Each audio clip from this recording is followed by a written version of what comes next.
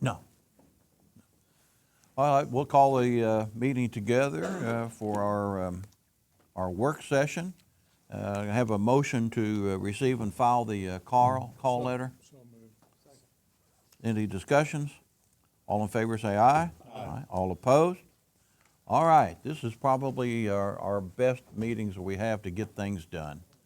And looking forward to this, and let's just jump right into the work. We've got a lot to do and to look at. I don't know if we'll get to all of it, but we'll give it our best shot. And we can jump around, with this, however we want to do it. But, right at the top of the list, we do have economic development. I think all of us agree that that's probably our number one task that we want to continue to work on all the time. And so I believe that we have that Eden's going to give us a presentation. If you would like to start with that, then we'll start our discussion. Eden? So hi everyone, thank you for letting me come and talk during the work session. I placed a folder beside everyone, and if you want to open that folder up with me, I'm going to go through it really briefly.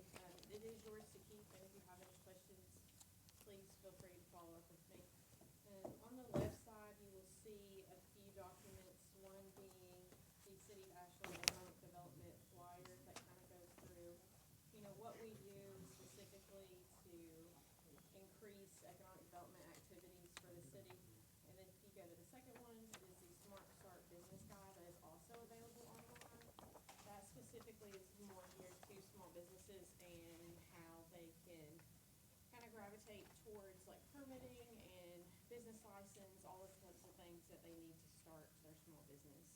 And the final one in the back is actually a Build With Us flyer, and that's specifically for developers and investors that are interested in creating and building new opportunities in Ashland, specifically probably geared towards construction and things like that.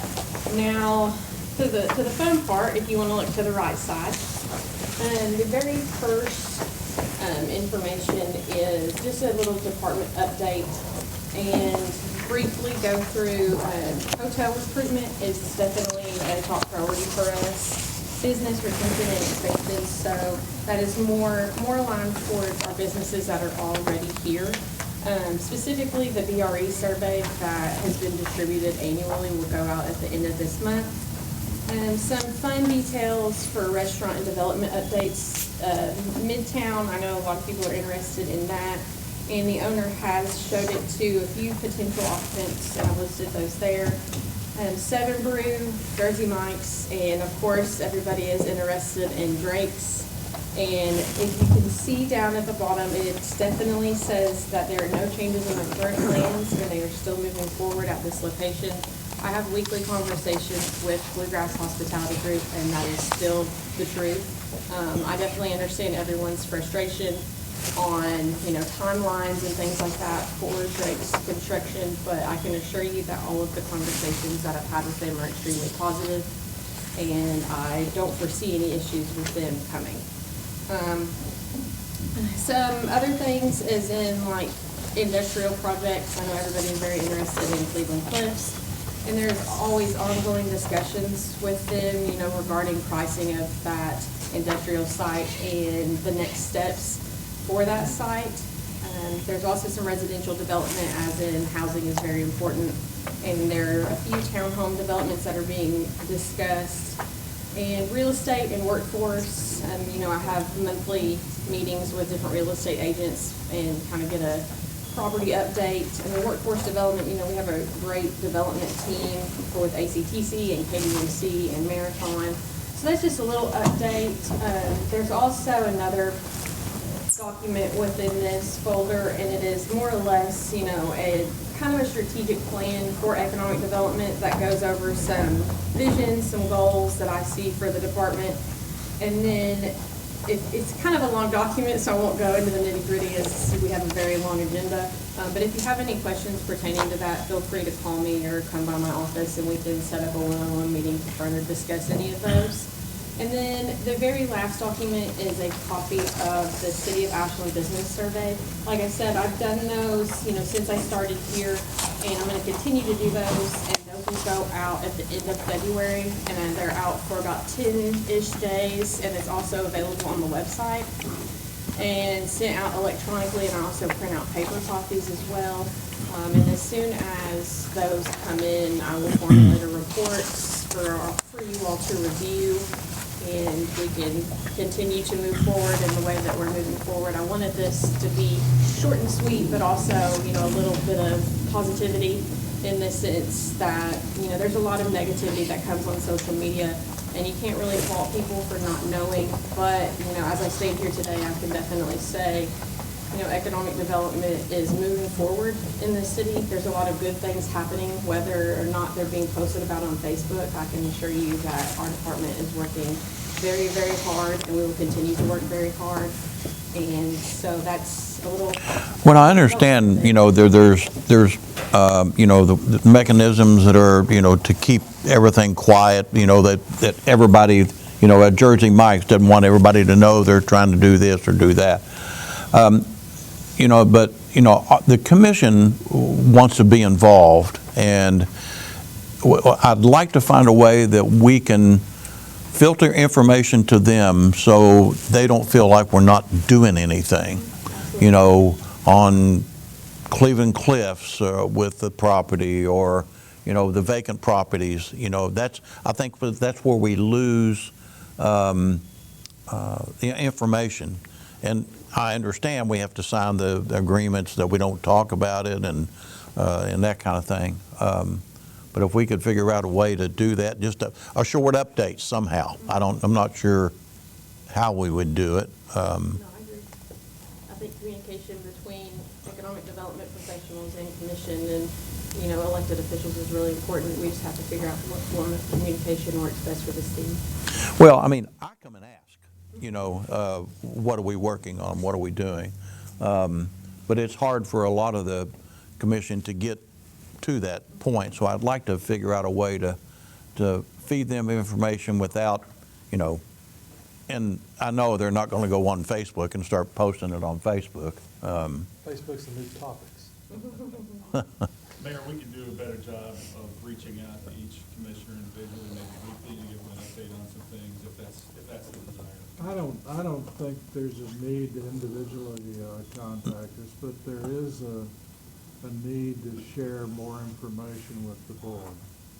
And with the board, it's also with the public. And it's, I think the public has a right to know that we're active in pursuit of businesses, that we're active in pursuit of jobs.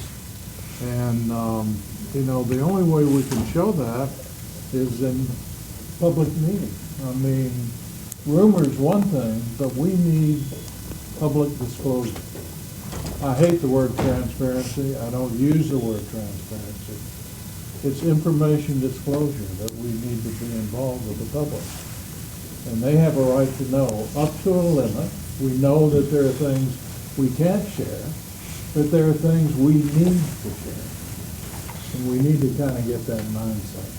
And I, frankly, in the last, this is my last year on the board, but in the first year, I've heard a lot of things going on, but there hasn't been a lot of public discussion, and I think we need to increase that.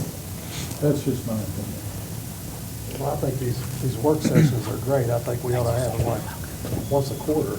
Yeah, we've talked about that with city manager. Would you all like this data coming to you all maybe for each commission meeting?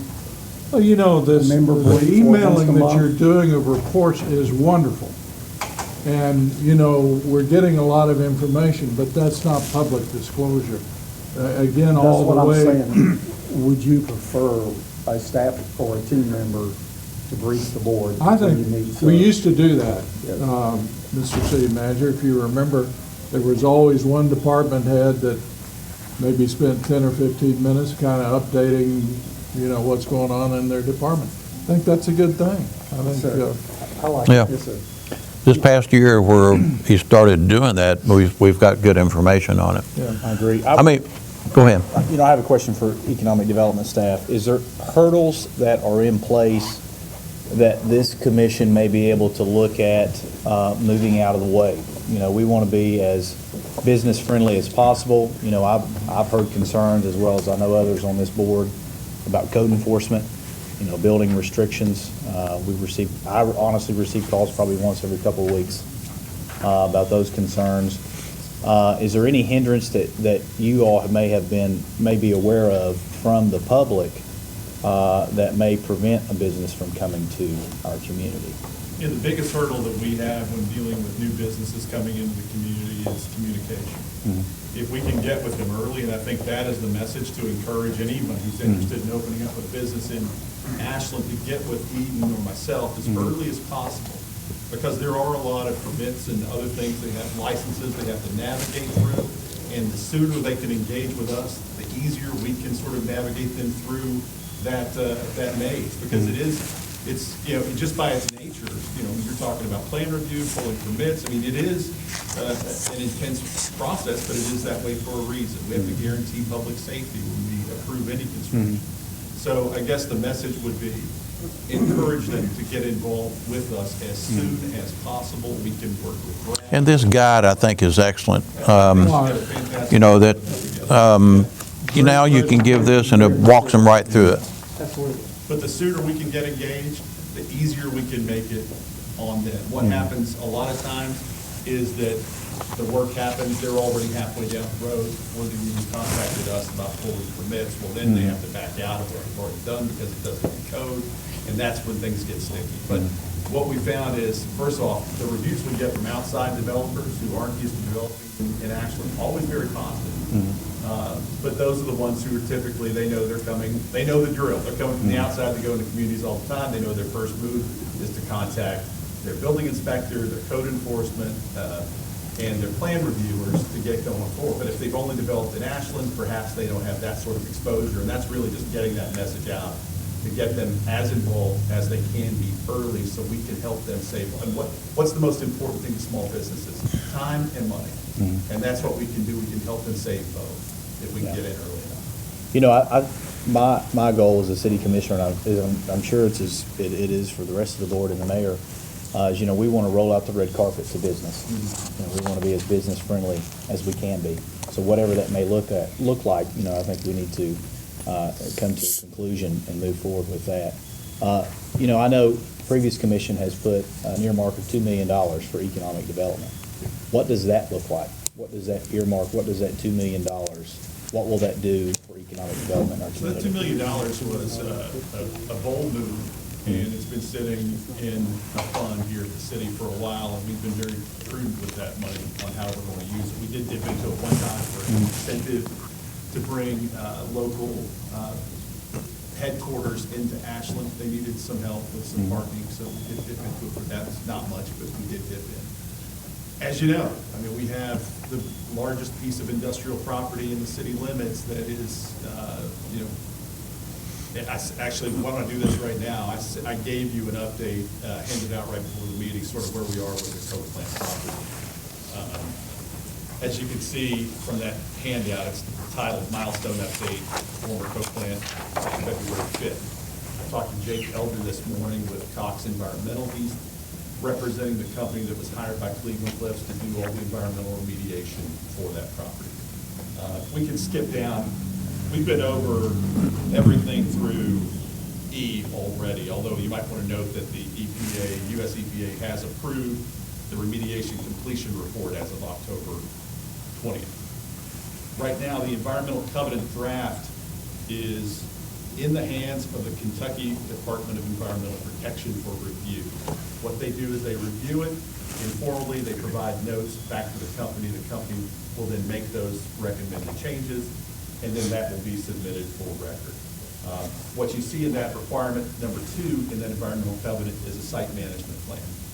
That is in progress right now, and that is daily communication between Cox Environmental and Cleveland Cliffs and Kentucky Department of Environmental Protection. But what environmental protection has already given them to go ahead to do is to file the consent decree determination, termination rather. So what that does, why that's important is that termination of the consent decree then allows the oversight for the coke plant property to go from the federal EPA to the Kentucky Department of Environmental Protection in perpetuity. So at that point, EPA's out of it, we're dealing with the folks we know in Frankfurt.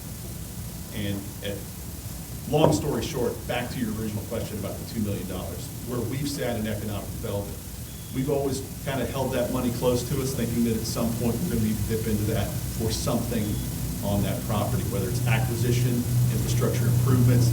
We felt like that would be the most prudent use for those funds because it would probably lead to the most bang for our buck in return on new tax revenue in the form of payroll tax or other utility costs coming into the city. So knowing we've got one shot for that $2 million, we've sort of been stingy with it. We're holding on to see what we can do with the coke plant property. I don't know if it's a one-shot deal or not. Maybe there's a four-shot deal in there. I mean, it can be used whatever way is most appropriate in your department. I mean, it doesn't have to be reserved to one $2 million deal. I mean, that's just my thought. I think that's a commitment. Well, I mean, there's enough property there that there could be several different Yeah. projects. But, so the ones that gave us the updates, the monthly updates, it's out of their hands now into the state, right? Yes and no. They're still communicating with the state on the environmental covenant that has to be filed. So they're negotiating the terms of that covenant. Okay, so they're still interacting with, And this is the same company, Cox Environmental, who's also done the Westworks property for Cleveland Cliffs as well.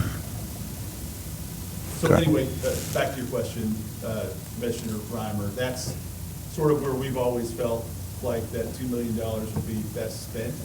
You're We talking would love to about have it being used for property acquisition. acquisition, infrastructure upgrades. Gotcha. My guess is probably mostly acquisition, if not all. Thank you for the update. okay. Very good. I would say 20 years ago, Ashland was, right or wrong, was labeled as not business friendly. I mean, if I said, a show of hands here, who's heard that? Hell, everybody would raise their hand. I think it has improved, and I appreciate that. In fact, we can actually quantify that. One thing Eden's done since she started working here, thank you for that. Eden has put out surveys to our business community every year. And to be clear, it's our business community, the ones that we work with on a daily basis and that she interacts with at least a couple times a year. And the reviews through those surveys have been phenomenal, and she's more than willing to share. And in fact, our 2026 survey is due to be released at the end of this month, so we'll share those results. There's a misconception, I think, public misconception versus the reality of what we hear from our business, which is Well, again, very positive. communication. Yeah.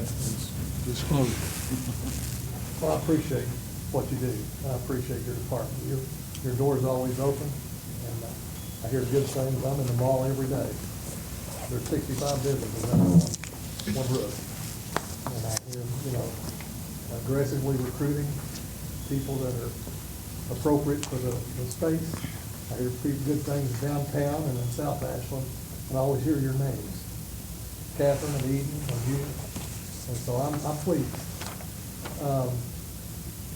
But getting back to, just every commission meeting, maybe 2 or 3 minutes of a presentation of an update might be good, just what you can share. Sure. The Some only things you can't share. The only thing I'll say with that is that economic development is typically pretty slow moving. Yeah. So, for instance, a retail project or a restaurant project, the life cycle of that is, granted, it's been moving a little bit quicker here recently with some of our backfill restaurants, but it's typically about 12 to 18 months. If you look at how Drake's is going. So a lot of the updates will probably be, Well, that's okay. continued communication. Public needs to certainly hear do it. that, because I hear it on the phone. When's this coming? Yeah. Well, we're in the process, and this is what it's gonna take. It And- might be and- months. And what you said, I certainly appreciate the the support this commission showed our department, of course, the city manager, Tony Grove. And we do appreciate that support.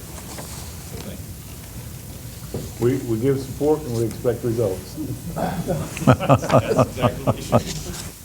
And I would say thank you to Chris and his team, but just to recap, so we want someone from Chris's department at least once a month to come in and do an update. Yeah. Yes. Okay. And I would I'll let Ms. Veach make a comment, a real quick comment. We talked about the $2 million that is earmarked or legally restricted in the general fund balance. That is still restricted, but I'll let her make a Okay. comment on it. It is actually just restricted fund balance. There is no set aside actual cash for that, because when they did it, they set aside a portion of the fund balance. And you have a fund with no liquidity, so there's not $2 million that is sitting there that would be available for use.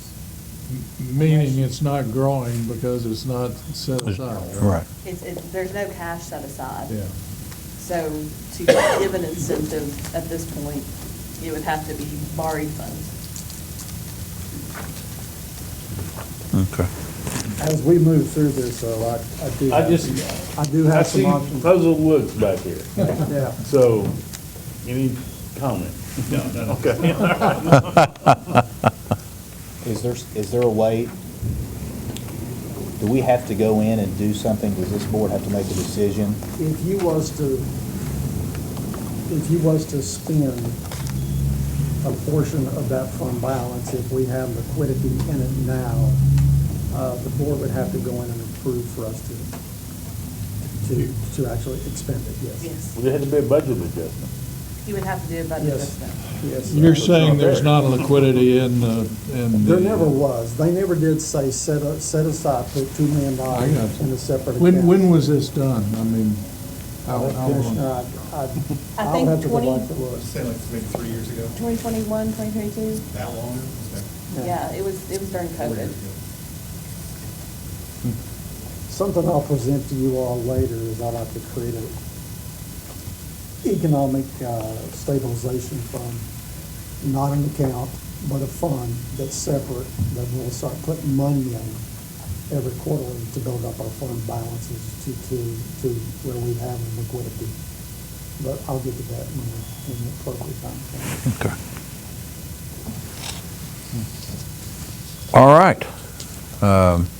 Let's move on. Anybody want to have one they want to go after? All right, let's just move down the line then. We would love to have a final downtown project cost and remaining issues, or? Yeah, I think it's not just the financial, but No. those actions that had to be taken beyond the, the rewiring.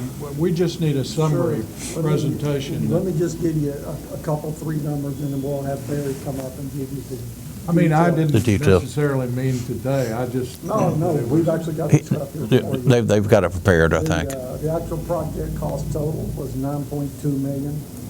The state gave us $7.95, and the city locally contributed $1.25 million.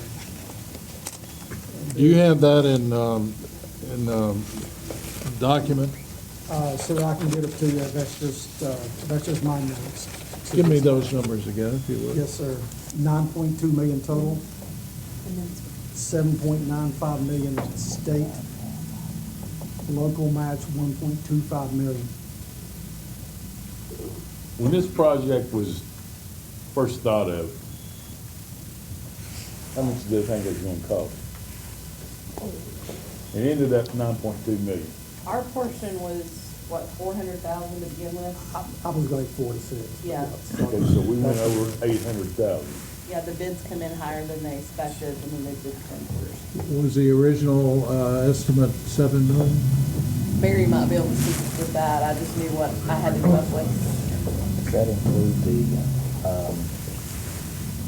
Does that? What the original cost estimate of the downtown project is, award-winning downtown project? Not 100% for sure. I want to say whenever I first got here, I think I heard somewhere like 8 million, 7 million, that range, if I remember anyway. Does that include the legal fees? Didn't we have a legal bill that we had to pay? That's for the conference, Conference center, okay. yeah. Just That- every, That's all Separate, that was a inclusive of separate. engineering and construction costs. That's the number I gave earlier, the 9.2. 9.2. Would you like to take me through some of this? Yeah, Please. yeah, absolutely. So, this project was funded through 3 different funding sources. We had KYTC, KYOBA, and then the city level match. The project was broken up into multiple different sub-projects of the project, and they were all number coordinated between either 244, 307, or 3022. And basically, whenever the city first entered into these agreements with the state and with KYOBA, they broke down city streets into these individual projects. And for the sake of funding, these projects had, I say projects, it's all one project, but all different contracts associated with it. They had different split allocations. So for instance, like for 244 was 7th to 12th, and then 18th to 21st. So this portion of the project was paid at an 80-20 split, 80% covered by KYOBA, 20% covered by the city local match. And for 307, that's the downtown area, 13th to 18th. So portions of that were paid 80% by KYOBA, other portions were paid 80% by KYTC, and then the city brought the local match at 20%. And the same thing with the 302. I believe that was actually side streets, like 15th and 16th, from Winchester to Greenville. And the 3 main costs that total up to that 9.2 million. So the main costs that we had were we had total construction costs, we had total construction administration and inspection costs, and then we had design services costs. So for the total construction cost, that was a little over 7.96 million. And with that, the state matched around, or the state provided funding for a little over 6.92 million, and the city local match was around 1.04. These are all round numbers, or give or take, a little bit one way or another. For the construction, inspection, and administration services, so this was the services that we paid at, we paid Palmer for construction admin. That was $555,000 with the state match of $482,000, and a city local match of $73,000. And then the final one was the design services for the project. So this was done probably 2022 or 23, maybe even before that. And this totaled a little over $690,000 with the state providing $552,000, and the city local match was a little over $138,000. So it's all multiple contracts split up between multiple different funding sources that pay for the project. Has there been a final acceptance of the project at this point? Essentially, yeah. There's nothing else that we've identified as anything else that's owed, and there's nothing that we've identified that would be coming back in as a reimbursement. Due to the ongoing litigation, there were some documents that were requested from KYTC that I was not comfortable with Barry signing, and Blake Jones is working through us with that. But essentially, yeah, there's nothing further to be done. That's state engineering group. No, that's State highway? That's KYTC. Yeah. Yeah. Okay. So again, we don't anticipate having to pay another dime. Not that we've been able to identify, no. There's nothing hanging out there that we're aware of. So who does it belong to? Do we own it, or is it still underneath the state jurisdiction if we want to alter anything? My understanding is the roadway is still owned by the state. Is that your understanding, Mr.? My understanding as well. Can we alter anything? Not without their approval. Is that your understanding as well, Mr. Atkins? That's correct. What about the landscape? Anything curb to curb. is within state jurisdiction. You cannot alter anything without their approval. Anything from the curbs, that's different. That's within city ownership or city right of way. Is that your understanding as well? So we can change that. What is it? We can alter that. You can alter anything outside the curbs without, I mean, you can alter anything within the area. It's just within the curb to curb, you're gonna have to, this city would have to get state's permission. So we can alter the landscape. It I think depends you on can. whether or not it's within the curb. So if you're going down Winchester, anything from this side of the curb to that side of the curb, in the middle of the street, that's state. And they have to give approval to say yes or no, you can do it or you can't do it. Anything outside that area, on the sidewalk and the curb areas, not in the middle of the roadway, that's within our purview. And So I think what you're saying is yes, we can, because it's on the other side of the curb. Some of it. Well, it's specific on which part you're talking about. I mean, there's been discussions at some point about the median at the intersection with Greenup and Winchester on the viaduct. And there's been discussions about,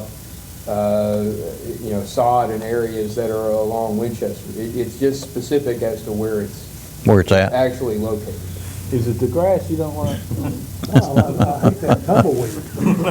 Whatever, it looks like tumbleweed. It looks like Death Valley coming through there at different times. It is our intention to change that out. It is your intention. Okay, that's what I want to hear. Yes, sir.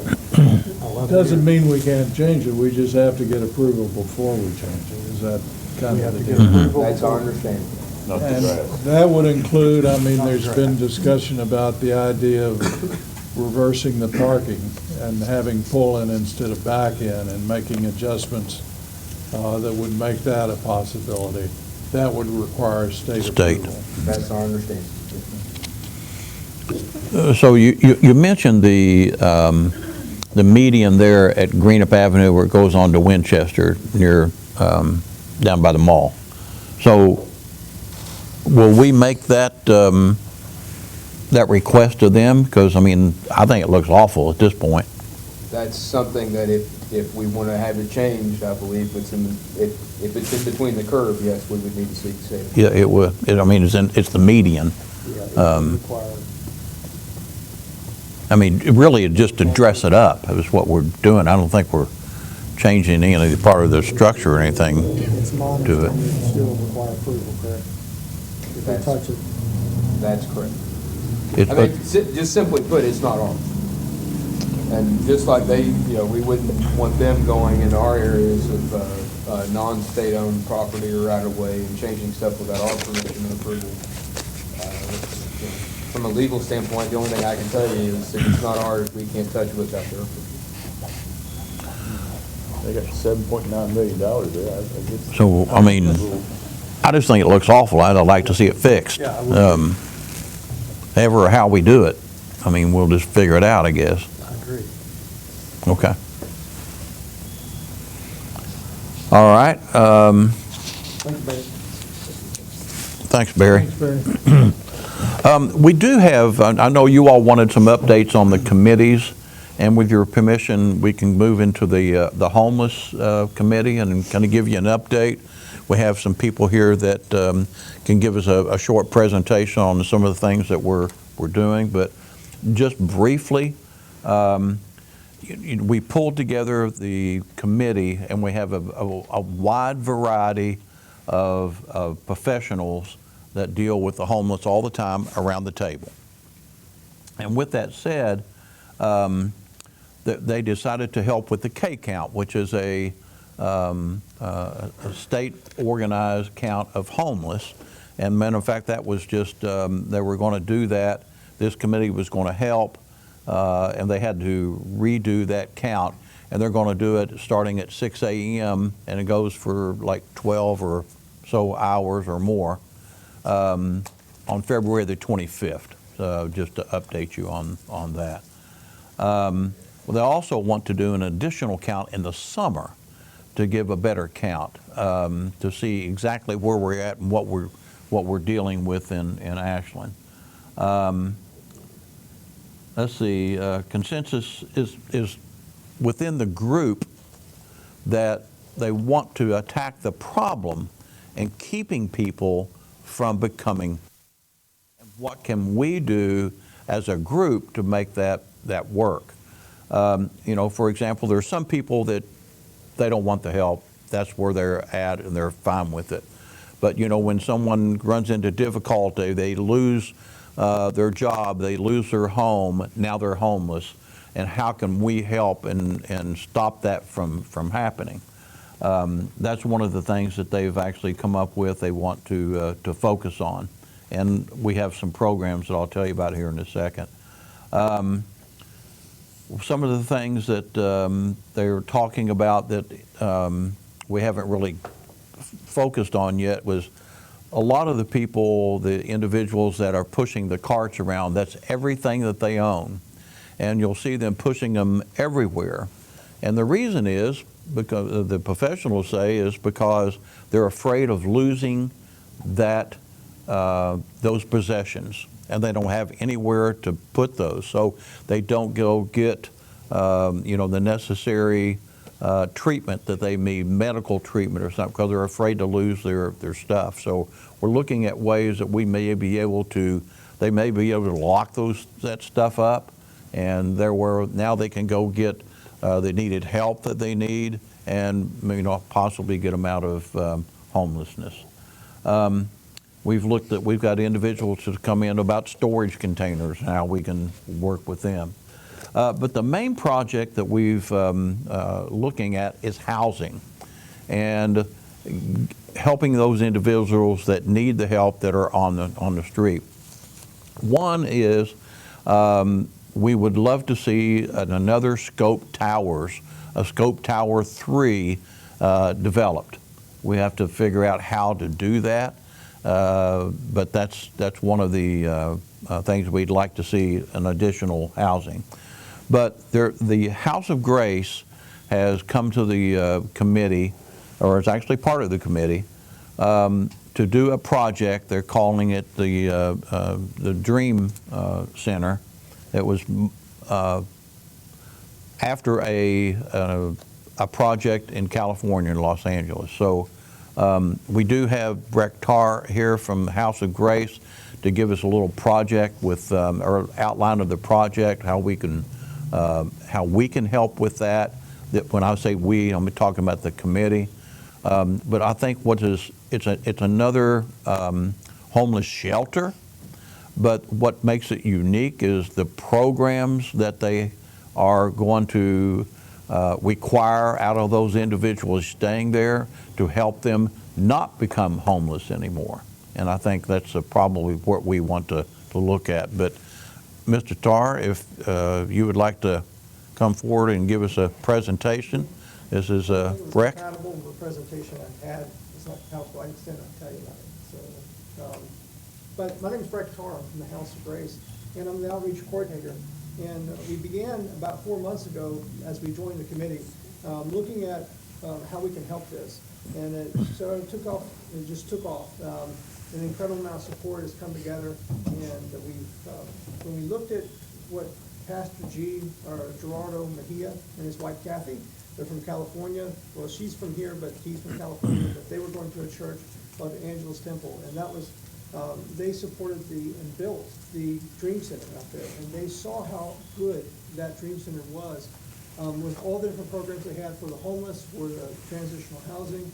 And that's where we got the idea to start moving forward with this, because this is what they had envisioned when they first came here and started the church. It was not only to love God and spread the gospel, but it was also to support the community.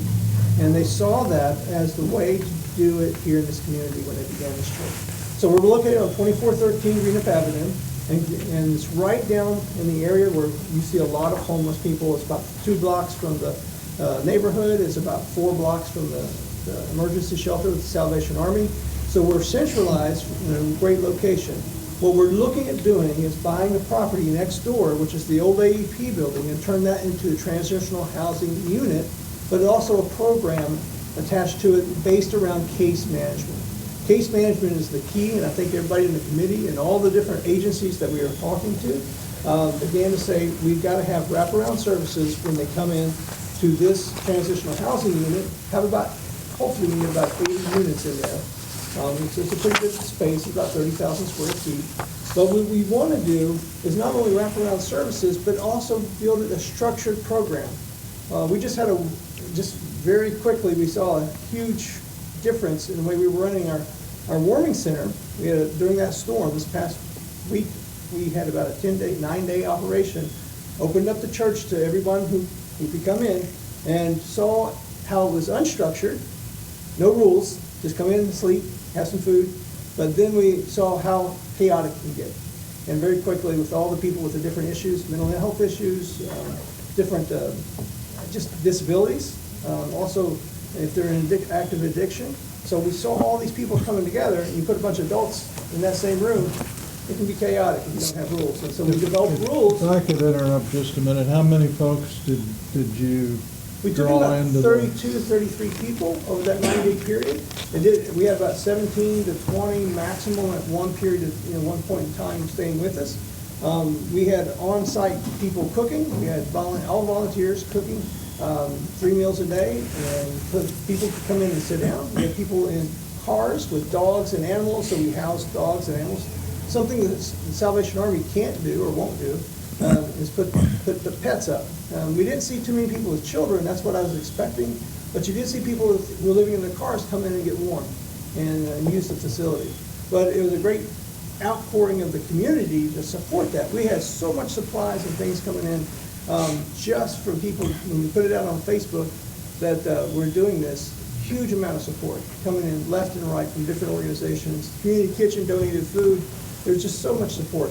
But we know that needed a structured program. And so when we started looking at we call it the Hands of Grace, and this program, it would also include KDMC having medical personnel on board that needs assessment, because we had a few medical incidents we needed to take care of. We weren't trained, but we had a gentleman who overdosed, and he was Narcan. The gentleman knew how to use Narcan, got him back to life. He went to the hospital, came back the same day, and came back and said, I'm going to long-term care because I need help. And he wanted to thank us, and he was crying, thanking us to save his life, because he knew that if he hadn't come to that open, warm place where he could receive that service, he would have died. If he went to McDonald's, anywhere else, he would have died that day. So it's important to understand that if you open your arms, you can help people. If you just be willing to open up your hands and say, come in, we'll help you. And we did that, and we saw the results. We sent 6 people, just from the warming center, 6 people went to recovery. 1 person went to a mental facility to get mental health help. And again, it's just an incredible amount of outpouring of love over a 9-day period. And we see this as an example of what can be done over at the Hands of Grace. Now, the Hands of Grace, we've already formed, kind of moving it forward. It started picking up speed pretty quickly, so we formed a 501c3. That's been, we have a board, we've met twice, and it's members of the community is KDMC. We have Heidi Moore, who's part of the Homeless Committee. She's the Director of Transitions at KDMC. We've got Ann Perkins. We've got Mike on the board, as well as representatives from Regroup. And so those are all the people that would be inside our organization, working with case managers from Regroup and from Pathways, as well as, we also have a board member from Pathways. So all those there to help those people with what they need with case management, as also getting them directed to the outside services. The structured program, the housing unit, would be structured so that they learn discipline, learn living skills, things that they don't know how to live in housing units when they get there. So this would house people up to about 2 years. And that housing unit would be continuous. It wouldn't be like a lockdown program, but it's going to be a program that they have to have responsibilities. They'll learn the things that they need to do to be successful in the community, and when they go back and integrate into Scope 3, that's where you want them, and or into any kind of Section 8 housing, you want to be able to be successful at that. So many people that come off the street, they go into housing, they're not successful, they're back out in the street. So this also incorporate people coming out of reentry, out of jail, out of different recovery centers. All those people have problems coming back out into the street. Basically, they're putting them back in the street. They're just going to do the same thing unless they have a structured program. So that's what we saw as what we could do. So we've moved forward.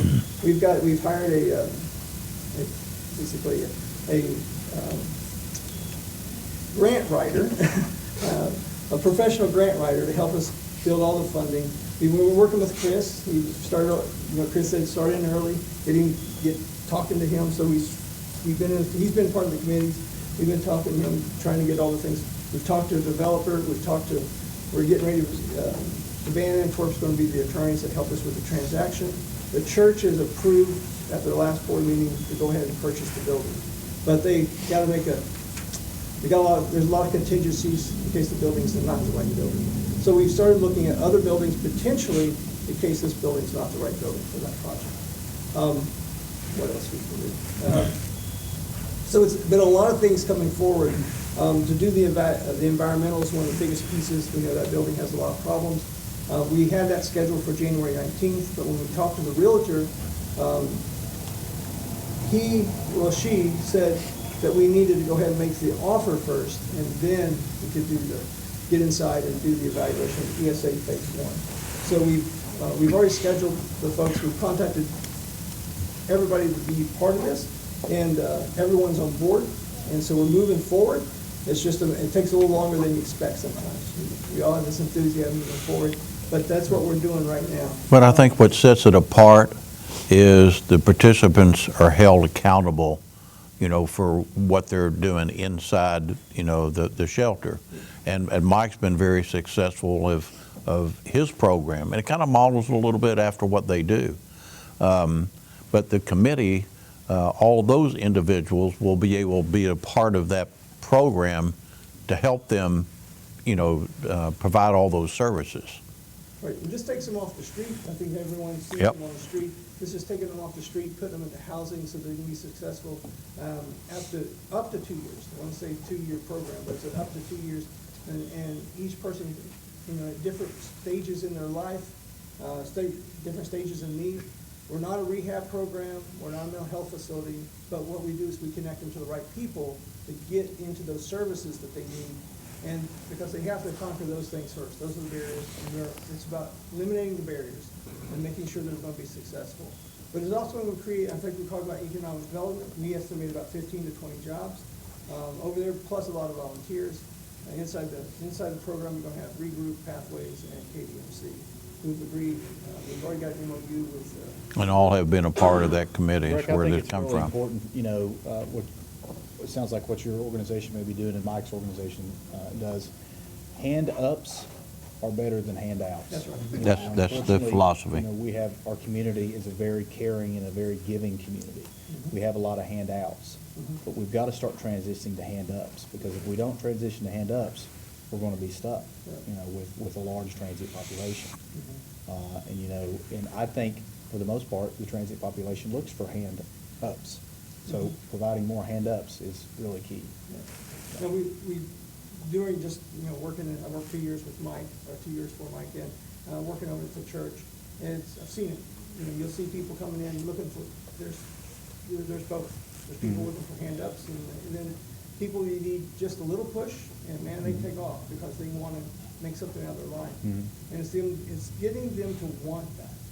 And that's what the important piece is. It's the hardest piece, is getting them to want something different from what their life is living. But you got to put them in a program where they can see it work and see how people are being successful and moving out and getting a job. So there's going to be education there. There's going to be job training, and there's going to be. We've already talked to different organizations about coming in and doing job training, especially for the restaurant industry. So there's many things we're doing in the planning. And we just developed 2 committees on the program side, and basically a grant writing, a fundraising side, so we can get this thing going. So Thanks for what you're doing. I appreciate you, Brett. I've got a couple questions about the committee. I appreciate your vision, and I think this is wonderful. If anything good happened out of this storm, it's your warming center, and then how that played out.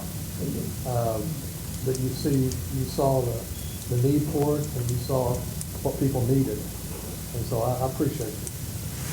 When the committee is meeting, are we giving the public notice of the? Yes, it's been held just like our meetings here. And secondly, did the committee meet during the weather issue in terms of whether there were special things that needed to be done during that time frame? And it sounds like some of the folks addressed the things. They coordinated it. We didn't meet, but they coordinated it, and got the information out for House of Grace. And You mentioned the organization or the group that talked about another Scope Towers or another, low-income housing. I think low-income housing is good, but we've also got to look at work-ready housing. Yeah. If we've got economic development coming into our community, whether it's Ashland, Wood County, Catlettsburg, Greenup County, Lawrence County, Ohio, folks need a place to live. We have a lot of low-income housing here, but we need more work-ready housing. That way folks, maybe nurses that move into our community, managers of restaurants, if we get a manufacturing facility or a small manufacturing, those folks, we need to look at that. Michelle and I talked, I think last year, when I got elected, we discussed about looking to see if there was a way we could do another Pollard project, something similar to Pollard. I think maybe when we have one of the work sessions in the quarter, we could actually invite Frontier Housing and see what kind of programs that they have to help. Frontier yeah, they're Housing. actually part of our Yeah. committee. I mean, there's, just for example, there's CARES, Ramey Estep, the neighborhood, House of Grace, Hillcrest Bruce, Lovewell Center, KDMC, Welcome House, Salvation Army. All of these people, deal, United Way, ACTC, which, we can tap into all of that,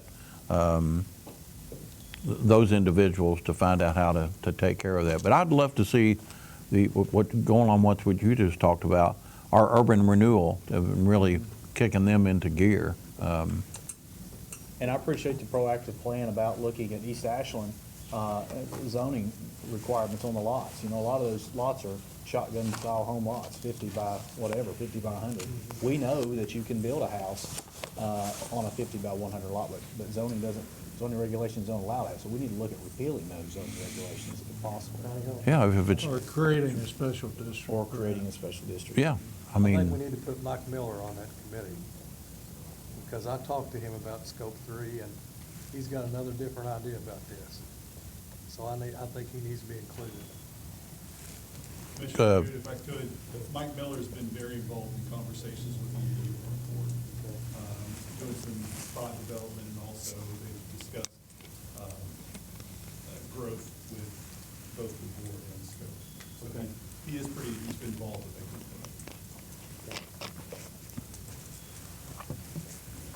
all right, any other questions? All right, thanks, Breck, for coming. IT, Which one? IT, small teams. Yeah, you want to talk about the IT, the small teams that you've developed? Yeah, sure. A lot of great savings here. I'd have to refer this to the resident expert here. I think maybe two of them, Ryan Conley and Adam, is Adam back there? If you think you come forward and give us a brief update, please.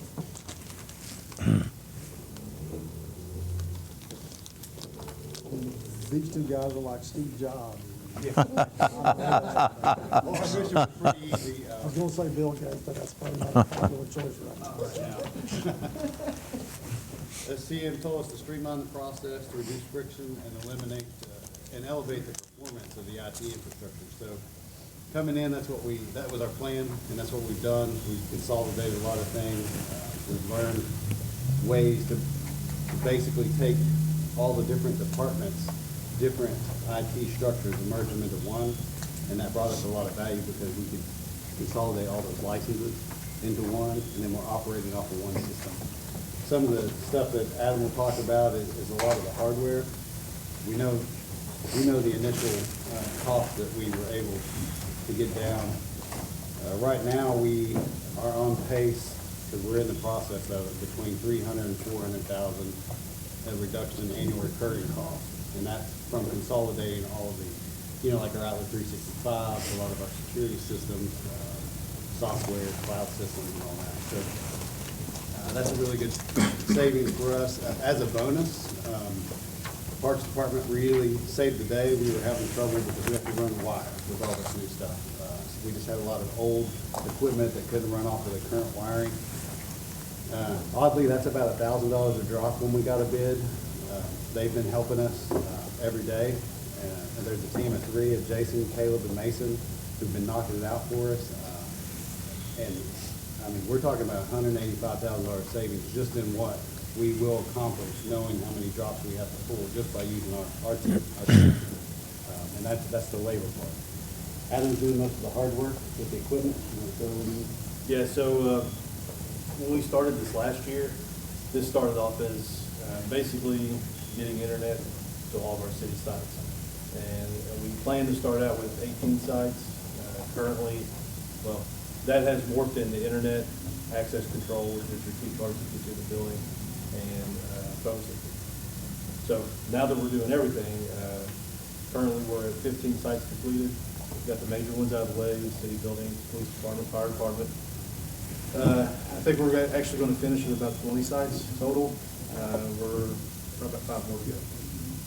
But that's getting in the infrastructure, the network, the backbone of everything that's going to run everything to where, you know, we can go from 3 or 4 vendors per site to just us. Yeah, so for instance, we have over 15 vendors that we've already dealt with that we consolidated down to 1. So instead of paying 15 people, you know, we're paying 1 at a much reduced rate because we're doing most of the work on that once we get it set up. Another thing they had us look at was our cellular bill, pretty impressive. So we were able to negotiate that down from devices up to providing them to us for free to 90% savings. We got the accounts down over 100,000 just by consolidating that, changing services, having a bid process. And we told them, like, we're going to competitively bid every 2 years. We want you in the game, but, you know, let us know what it is. So the good thing too, that you may or may not know about, is with our contracts, we were able to get with kind of a, you've heard of FirstNet, I guess, but all these services now offer kind of a government service like that. And part of that contract that we're able to work in there is that they don't hold you to a 1, 2, 5-year contract anymore. So when we negotiate these deals, that's why we tell them up front, you can help us out with the equipment, that's great, we really appreciate it, and that makes you more competitive, but we're not signing a contract. So we're trying to stay out of that business if we can. You know, if we see that it benefits the city, and so far it has dramatically benefited us. Phone system, Adam touched on that. That seems to be going pretty good. The biggest hurdle we're on right now is we're tackling our ISPs, our internet service provider. That's where we're struggling the most. Now that we have the equipment in place, we call it the backbone equipment, we can see. So once the internet comes in your building and then goes out, we can see where most of our issues are, and it's our internet, it's our ISPs that are coming in. Some buildings don't have enough. Some buildings are running off of basically residential internet, and we do everything, if you don't know, with the internet. So we are currently evaluating that. We have some bids out now. Kinetic is coming in strong. They've ran a new fiber backbone all the way through here. Spectrum's still strong. And we're just seeing where they're at with it, and who's going to provide us the best deal for what we need at every city, or in every site. So basically, now with this backbone equipment that Adam's put in, we can see how much data they're using. So we don't buy too much or too little. Right? We know exactly where it is. With our phone system, we can tell you who's getting how many calls. You know, do we have enough service reps there? You know, how long are we staying on the call? Like, one of our goals that we set is no one has to wait more than 60 seconds when the phone rings, and they're knocking it out of the parking on that downstairs, but they can see the metrics in real time, so the supervisors can see it too, and then it kind of does a round robin on the phone call. This tech is really, we're just trying to make the tech be its own team and work for the city best we can. So when we give you all these decisions, we can say, well, it's because, you know, we're getting 600 calls and we used to get 300 calls. You know, that sort of thing. But along the way, we've just been doing what the city manager told us to do, is be more efficient, so. But it's, I mean, not only efficient, I mean, but we're getting the job done in-house and saving, I mean, from the contract that we had, you know, well, we paid over $1 million, I know. We paid 1.1 million to BC3 with only negligible improvements. The phone system alone, it was going to cost us every 5 years, probably 175,000 just to update these things. I say they've saved us with their improvements and stuff. I say 900,000 and $1 million, and some of these gifts are going to keep on giving because they took us out of the dark ages in some of these areas and we're actually got improved technology with these savings. New technology, correct? Yeah. Well, Printers some- and And some of the copiers. savings, you know, they've let us reinvest back in the city. So, you know, like, we're over at FD now putting in, you know, all new stuff. Well, that's great, and new cameras and all that. And so, you know, it is a savings, but we're not just leaving it as savings. We're reinvesting into the equipment so that, well, for instance, your keys, right? You know, we used to have, I don't know, see how many keys you have? 200 keys? I don't know how many you've got. But now you have one. You know, and we can instantly turn it off and on by the employee, whatever the situation may be. You know, we can add people as we go. That stuff. So we, like she said, that reinvestment is really taking us further too, because now we don't have to go around collecting key. It's the little things, right? You don't have to go around changing locks because somebody lost a key. It's just all these little things that have really been adding up. And we do an okay job at tracking it, but Adam's been moving so fast. Like we really are just plugging. When we get in the groove, we just go for it. So far so good. I mean, it definitely comes with its risk, but we're trying to mitigate those as we go along. A lot of it is we moved a lot of our hardware off premise. So the servers and stuff that you're probably familiar with that we always have to invest in, and those are, you know, sometimes $40,000, $50,000 a piece. A lot of the stuff we have moved off premise to cloud storage so we can have a very serious set of redundancy with backup and stuff. But most importantly for you all, we're not buying them every few years. You know, we're spreading that out, and by doing that, we get the best and latest technology all the time. So it's the fastest. So our next big investment is the internet. We've got to take that very seriously because we're using more cloud storage than we have, but it's a much smaller price to pay than hardware. Chief, this also provides cybersecurity, correct? Yes. Yeah, we have multi-layers. We usually don't discuss it in the open meeting, but we have multiple layers of that security. I mean, as far as the branding and how we do it. But yes, thank you for pointing out. It's a big part of it. There's some expense there. But again, that's what Michelle's let us do is, you know, we ask, we show the savings, you know, we compare it to old, compare it to new, and say, hey, this would be really good. And she's, you know, keeps us in check with it. It's been green light all the way. So. They've Great job. on our operational cost reduction. It's been significant. Great job. Yeah, Yeah. kudos to these two guys. Absolutely. Yeah. Absolutely stellar job. Great job. Yeah. For sure. I appreciate Hope it the- keeps going smooth. But so far, it's going pretty good. Thank you. All right, thanks, guys. Might be good at some point, Tony, to document what these savings are and what the changes have been. Actually, they have, and I'm going to be, Working on the tab. Okay, I've got it in my State of the City address Okay. that I'm going to send to you guys, then you can look at it. And sounds good. they gave me more information than I need. So I'm right now going through it, but we'll be able to talk about a lot of those savings, and they are significant. How much does that pull you away from your real job? Well, Being a Chief police doesn't let me officer. get pulled away. I just have to work more. I'd love to tell you I could do it all. It just takes more time, right? So I'm just here longer. And you don't get overtime, right? Good. Another savings. That's the main thing. That's another cost savings. All right, another thing that's on our mind is the budget. I know we started early on it, but we got on here about acceleration of it. Off the top of my head, I think we're probably looking at April to start the budget work process and adopt. Michelle, maybe you can speak to it some, a bit more detail. We gave the budgets to the departments in October.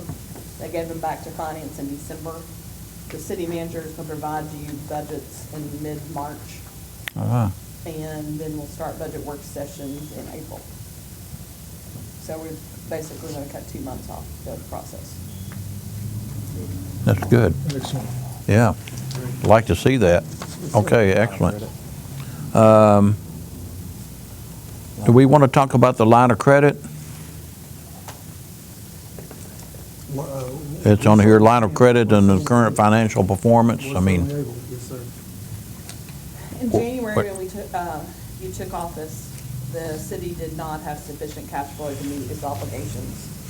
So as you know, we took immediate corrective action in establishing a line of credit where we could pay our basic operation expense and prevent disruption of city services. So I think the city manager gave you all a goal that he wanted to be off the line of credit by December.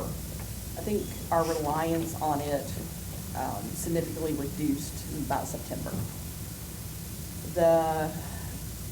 We implemented our expense reduction citywide, and the expense reductions are, most of it was in personnel cost. We did IT. We'll also talk about later that we did some small teams in water. We've actually found additional revenue there. We stopped operational costs. We cut travel training only to essential. We've not hired unless it's an essential position. These critical permanent expense reductions, I think, still need to be made. The city has no liquidity. It tightened back up in end of December as far as, we were choosing where we paid to do something. I think we've made great strides, but I don't think we're done. And I want to tell you a little bit. I think, let me back up if you could. I think what she was saying when she talked about holding, the city has the legal obligation to pay its vendor within 30 days. So a lot of times, instead of us sending out the check the first week, we would wait to the third week. So we're trying to stagger these to keep us off the line of credit. If I can If that ask makes you, some sense. and I asked you this before in open meeting, but I think it bears repeating. Had we not gone on line of credit, what would your financial obligation, what was your other avenue? What would have happened? We would have laid off and we would have disrupted the city services that we provided. We would have started cutting them. And those layoffs would have been citywide, right? It would just citywide. And I want to stress that the positions, the 1.4 million that we cut out of payroll, and payroll is 32.5 million of the city budget. It's our most significant expense that we have is payroll and benefits. We are a service industry. We provide service to our citizens and our utility customers. So most of our expense lies in payroll. When we did that, we cut 3 department head positions, and you all chose a city manager who we have not filled his role as chief financial officer. So we have a $245,000 savings that we're doing multiple jobs. And then we cut 3 department head positions that were enacted by, previous. How we kind of got there with payroll too is in the last 7 years, we added about 30 positions to the city's authorized position list. In 3 years? In 7. 7. new positions. Yeah. Started with an estimated cost of about 2.6 million. So Good grief. that's like, some of the things how we got there. We bought a parking garage, and the operations of parking garage were like a $600,000 loss. The IT contract cost, when they come up here and they have real savings, we paid out 1.1 million just to VC3. That doesn't even include the phone savings that they took over and cut down to nothing. And explain who is VC3? VC3 was an outside IT person that we could call if we needed our password changed or need something updated. And in the 3 years that we had them, when I say they took us out of the dark ages to current technology, VC3 really, there was negligible improvement into our IT system. Well, they weren't even here. How many times They did were we, just monitoring emails. how many times did we have to pay an additional subcontractor for IT work to come in? Oh, yeah, we While paid having VC3? constantly, because they were not here. We hired a local IT person that used to work for us. We paid him significant money. And ironically, when VC3 hired him, they sent us the bill. So every time they hired him to do work, we paid the bill for him also. We also had to pay another local company to upgrade our phone server. I just And- want to point out, this was against my will, or my better judgment, just. Yes, we had to pay an I'm not out, for this. because they could not fix our phones. So we had to hire another local person in addition to VC3, the outside IT person, to actually fix our phones and keep our phone software and stuff updated, which was probably, I did not get a chance to look at that cost, but it was probably $150,000 easily on top of what VC3 was. And now we have, they've done an amazing job, and they have spent so much time, like fixing it, and we hope once they get all the infrastructure in place, it'll make their lives easier and, Mitch's easier. I think it needs to be said that the two guys are extremely well-trained too. They are extremely well-trained. I think they've both with the FBI and police training. We are very fortunate to have them. Getting a lot better service.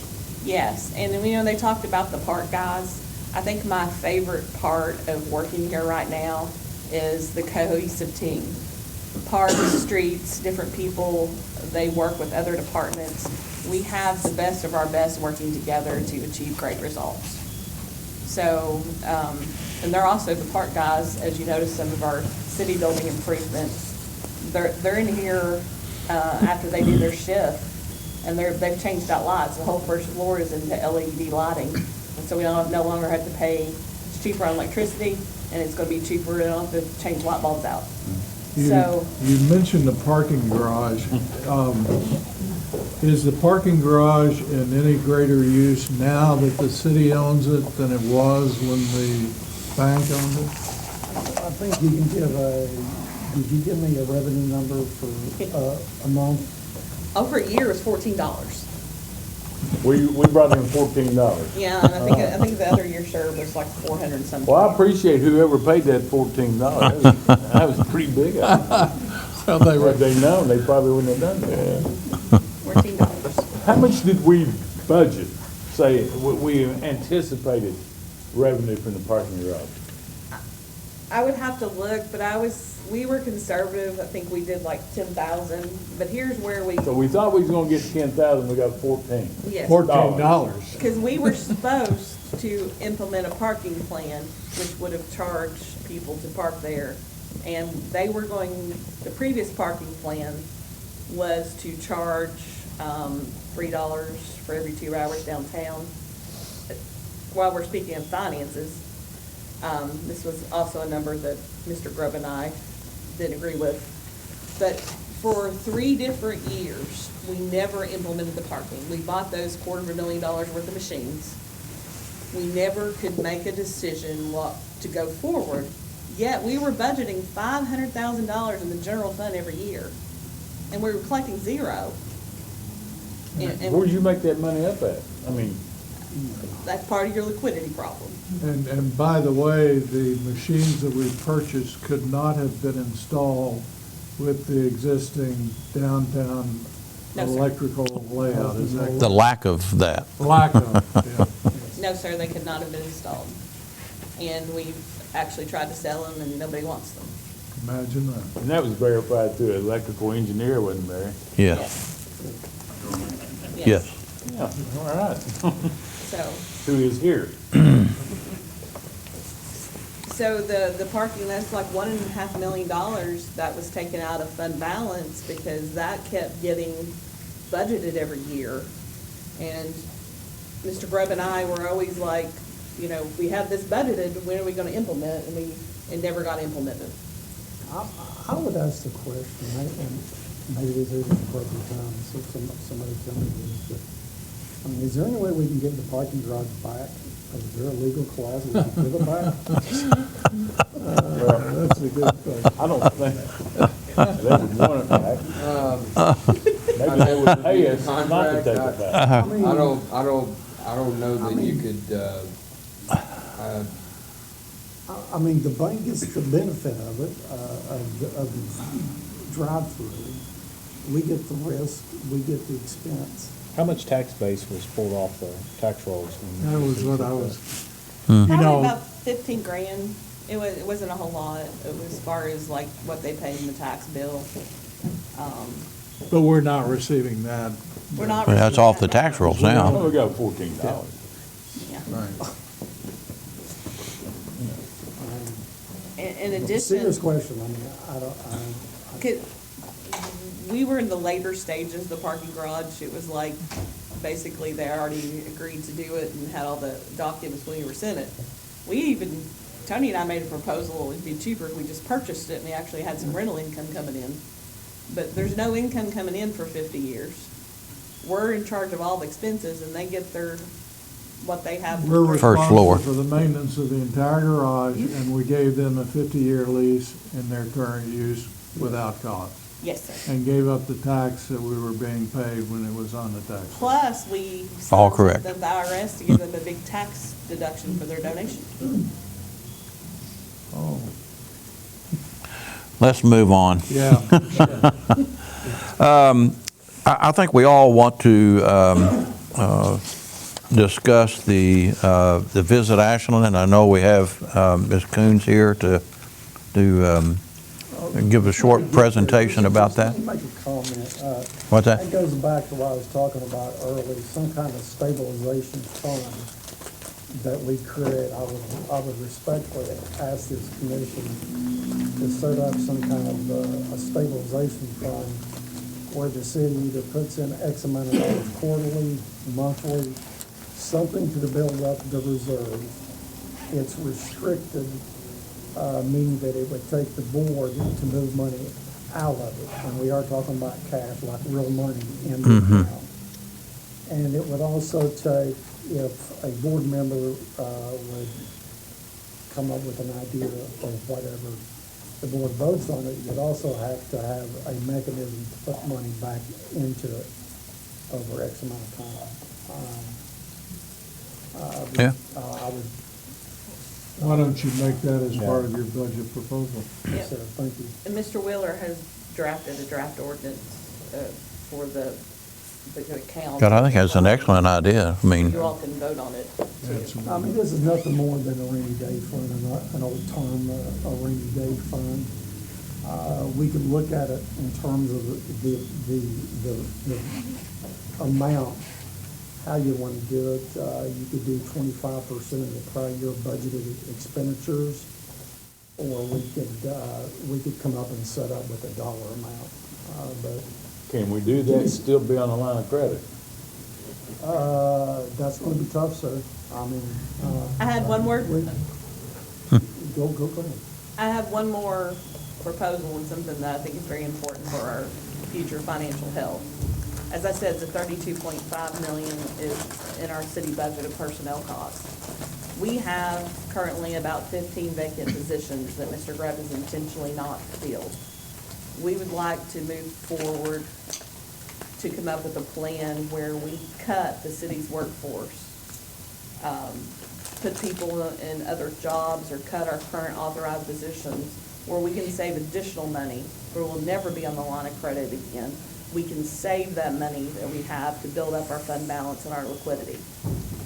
Well, you know my position on this. I know. As long as not one person loses their job. That's why he's One. kept 15 positions open. He's intentionally not filled them, where we can take the city where it needs to be financially. You know, I think we're doing without them now. Well, I think we need to look at that, but also I think we need to be cognizant of the impact of city services Oh, of course. and departmental services. I know there's some departments that are short now, you know, that are running tight. But there's also some places that I believe, or we believe, that somebody may not have a full-time role, that some of this can be combined into them doing more and us reducing the payroll expense. And I think I brought it up to you, maybe Mr. Grubb. Some positions we may have vacant that are full-time. They consist of your salary and then your benefits. Are there some avenues where we may be able to shift those in the To budget? part-time. To part-time, regular positions? There is, of course, and something that we do in finance and we've done, and I think Public Works does also, is we hire seasonal positions or people that are not full-time. And it kind of works out well because you don't have to pay the benefits to start with. And these people eventually have taken full-time city jobs. But it is on the job, they're kind of like got an on-the-job interview. You kind of weed out people that are excellent, that are not so good, and you keep a lot of excellent staff when you have a full-time position open that you're going to fill. But you save money in the long run. And something else that I've thought about and I've voiced my concern on is, I think that, I think it's good for us to look at potential employee, cost of living adjustments and CPI. But I want to know, when we do that, why does the entire scale for an employee salary have to move? Only time that the reason that we move those is inflation. We keep the person, they're not really getting a pay raise, their buying power is just moving with the rate of inflation. They're not getting a pay raise, their buying power, their salaries, no matter what level it is moving up with inflation. So if you look at the market basket of goods that the employee's buying, be housing, milk, electricity, the amount that is going up by inflation, it keeps the employee at the same rate. Also, our personnel policy says that we have to do that every certain years. And it keeps our compensation study relevant, because like if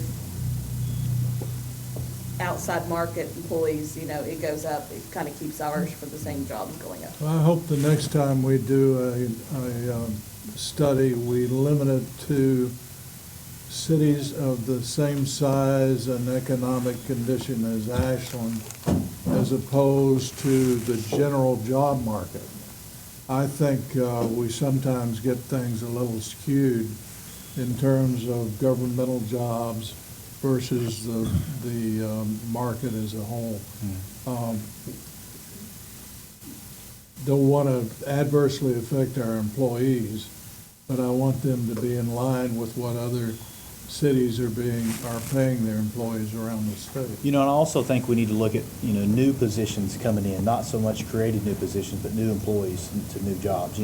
We've got folks here making a significant amount of money. And I'm not talking about directly impacting the folks that we have here now. I mean, we've got a great workforce.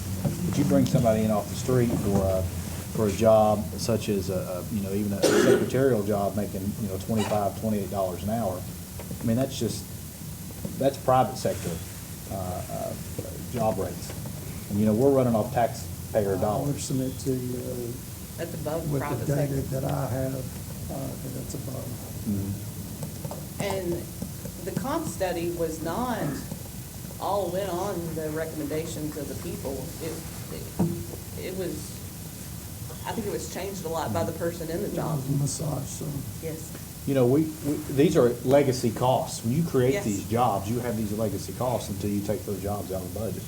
So, that's something that we need to look at maybe through attrition and different avenues, but I think some of our pay scale needs to be adjusted for new hires coming in. I'd like a note of that, sir.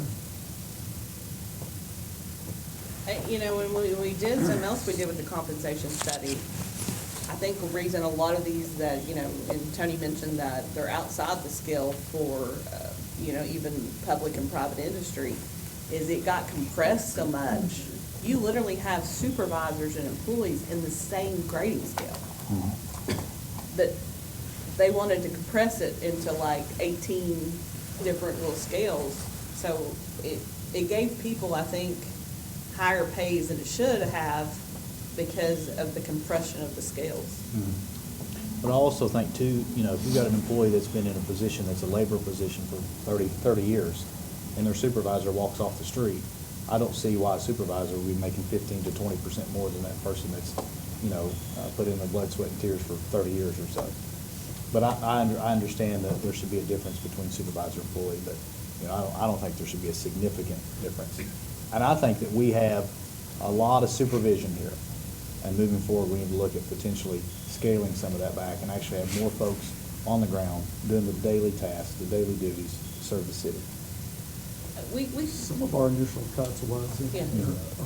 And that was great. Because we've not filled 4 department head positions. Mr. Murray took on 2 roles, Tony Hughes took on 2 roles. I mean, and then we just eliminated some and, people took pieces and parts of it. But they created so many department heads. I mean, used to make, back here there wasn't a place to sit. We've right-sized that. I mean, when we made the recommendations to you all, when we changed them, that was right-sized stuff. And we also, when we made the changes too, we looked at long-term, especially in the Department of Public Services. We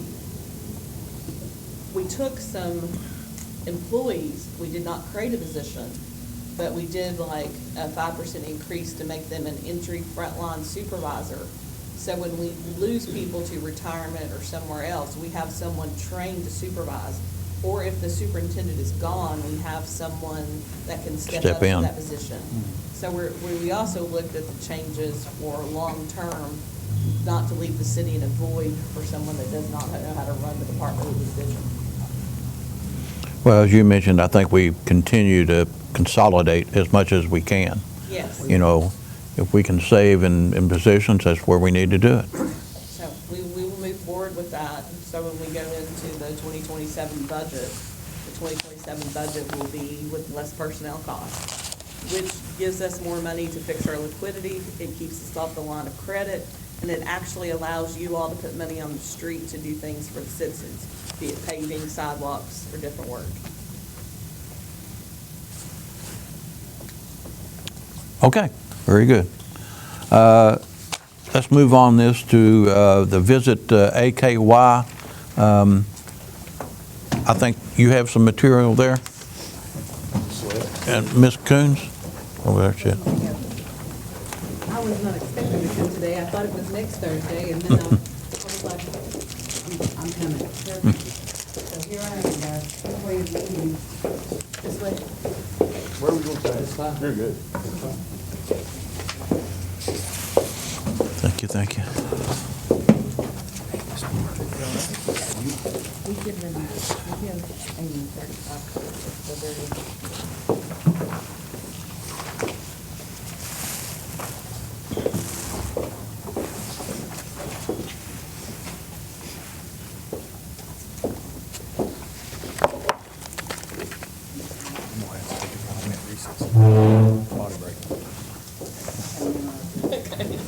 We'll do this and we'll take a break. I need a donut, I'm ready to faint. Okay. All right, Ms. Coons, Well, what are we looking at here? So what you're looking at here is an event budget breakdown between last year and then the cost of the event this year. I don't know if you guys know, but of course the Tourism Commission is over touristic events, but they've also been overseeing community events for the last few years with the help of Ashland Mission, which is a separate nonprofit. We've had a loss of $150,000 in ARPA funding. That grant had come right after COVID, so we're working on an increased deficit as well as decreased sponsorships, the economic climate, the fact that people aren't given as much as they had been. But looking at it from the perspective of how much it cost last year versus how much it's going to cost us this year to be able to do the same thing, and add a few things. I mean, there's a few things that are in here that are a great hope for me, like the Infinity Pond. But part of the increases on stuff that you guys are used to having, like our First Fridays. Our First Fridays increased from the $18,000 that it had been, what it usually costs to be able to do the entertainment, the inflatables, cost of insurance, things like that. It's going to cost us a little bit more now with the the presence of police officers, making sure it's safe and making sure everything is where it needs to be. So it's gonna take it from being $3,000 each time to $5,000. So, and with inflation, just like anything else, sometimes the cost of entertainment, the cost of inflatables, the cost of insurance, those kinds of things increase as we go. The Ashland in Motion events are the first Fridays, Birkenfest and Gravy Bowl. Those are, they're Ashland in Motion to do subcontract Visit Ashland. The others are Visit Ashland events that we would like to do that will bring in also community and tourism, like having the sunset scenes where we have the movies down on the riverfront. But we do need help. With that loss of funding and the loss of the ARPA funding, I run at $150,000 less than Brandy did before. And that's just because of having the money after COVID. So what this is showing you a breakdown of all the events that we are planning to have. And there's some that pop in on us too, in this year, the 2026 into 2020, the first of 2027, and how much it costs. I broke it down into how much it costs from like a perspective of materials, marketing, and I also added a payroll implement on that. But that I separated in the very end, so you can see the difference between what it costs to just have the event from like, so if we just did a basis of events, it would cost us $143,170. And with payroll, the amount of time that we spend on it formulating is about $207,000. Our budget at Visit AKY is $220,000. So with $220,000 comes from transient tax, which is tax from the hotel. For the people who don't know that that's how we get our funding. We are supposed to do all of our brochures, sell the city at trade shows, go to busing conventions, try to come up with tour bus things for the area to get kids involved or get elderly involved to do their tour bus stops here. And that doesn't leave much money left over. So the hope is that I'm going to do a PowerPoint presentation for you guys too. That was something, that's the whole reason I thought it was next week.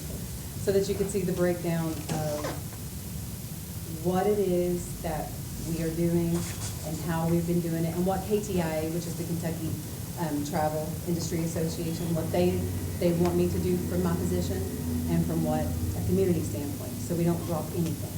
We want to make sure that everything stays elevated and it stays moving forward. Yep, that's pretty much what Can I ask you a quick question? Yeah. Like on First Friday here. Yes. Are you requesting 2 police officers, or are you told you need 2 police officers? It's just What's in the going on? form. It's in the form that I fill out. So that's how I'll help me equate that. So Our I form. send in my form to do events, we have to send in a form and then approve or deny them, and then they send it back. It just shows me what the estimation is for what I'm needing. So like if First Friday to keep it safe, we probably do need 2 police officers per hour and 4 monitors if the EDC is activated. Who pays those police officers? That's gonna be us. Do you pay them individually, or do you pay the city? So this is the first time that I've ever had this. You want to chime in, Chief? We schedule it, and the original plan was for it to be reimbursed from the organization. And in the past, that was basically bypassed, and now that reevaluating and everything, it will be charged per officer at that time, and we get reimbursed. The cost you see there is what it is just the actual employee cost. It doesn't cost for the cruiser, it doesn't cost for backfill, overtime or anything like that. That's what it costs the city to put somebody out there. Chief, I think the question is, the city been bearing the cost? Yes. Okay, that was the question. Oh. Isn't really here the whole. So the city's been bearing the cost out of your budget, there's been no reimbursement? Yeah. Is this considered a city-sponsored event? First Friday. It has the last Yes. 2 years. I would think if it was a city-sponsored event, we shouldn't charge. Or you could actually do an Shouldn't charge in-kind for what? contribution. For the police to be there, for the streets to be there, or, there's one here that says $10,000. Now that For is actually garbage, for. police, and the barricades? Yeah, that's for, that's would be a touristic event, that's the video game conference, that would be different, and we would Question want. is, are we paying or are we just absorbing? We've been absorbing. Even, But yes. now they want us to pay for it. Well, I Yeah, think- it just hasn't came from Visit AKY. Mhm. That's pretty much the difference. And now that, looking at it from the sales perspective, and my background is regional sales, and looking Mhm. at it, return on investment, how much money we have versus how much money we can spend, and I'm like, oh, well, that puts us in negative. So we don't want to do that. We want to continue to move forward, or look at it from a budget perspective, so that whenever I sit down and come up with what we can do, I'm able to do it Either from way, a it's us realistic paying. perspective. Yeah, that's what I'm saying, if we're gonna pay it either My way. recommendation would be we do it in kind. In Okay. kind. It's Yeah. about Yes, $35,000 I for agree. these events. Mhm. I mean, I know I don't get the vote, that's just my opinion. Well, I mean, that's what I was gonna suggest, that's why I brought this up, and I'm sure Commissioner Renfro as well. So Look at with that. these votes, it's, with her estimates, it's 34,860, I think. I was quick on my phone, of in-kind contributions. And you all are also doing in-kind contributions. We do let them use the Ashland train station without charging. Do we maintain any record of what we're spending in kind on these events? We do, not with her, because we've never really tracked it. The chief may have tracked it, but on the financials, I think we have for like Summer in Motion and Oak Landing, but we have never for these The smaller major events. events. Yes, yes. But I can, of course, keep track of that, because each month that I have events, I have to do a breakdown of what we have. I have to know what our budget is, I have to know how much money we have in the bank, how much has been spent on what. So I can always put that as a thing, if you guys are so kind to do that, Yeah, please. then I'll make sure that it's a piece in there that you see that it come back in kind. That way, at the end of the year, when you do finances, you're able to say, okay, well, we gave back this much in an in-kind. And that helps tremendously. I mean, honestly, at this point, every little bit is a big bit in the world we live in. And being in that kind of a deficit and being new in the office, you just kind of go, uh-oh, what do we do here? And I'm very grateful that you guys are taking the time out of your day for this. And Okay, your relationship with Ashland Emotion, you say you subcontract. they subcontract us. Those events belong to them. I guess they're who started them. So Ashland Emotion is a nonprofit that's separate than Visit AKY. And they began, I guess they started out as Main Street years ago. Right. And then evolved into Ashland Emotion.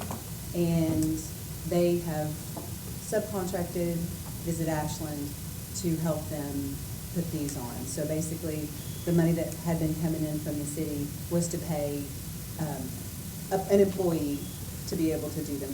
Because it does take a lot of time. When you break it down on how long it takes to do that, it does take some time. What other funding sources does Ashland Emotion have? I think it's just, That's it.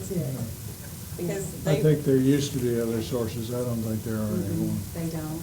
I mean, I've asked for sponsorships this year as a partnership thing for us to have, to add Ashland in Motion and Visit Ashland together to help that.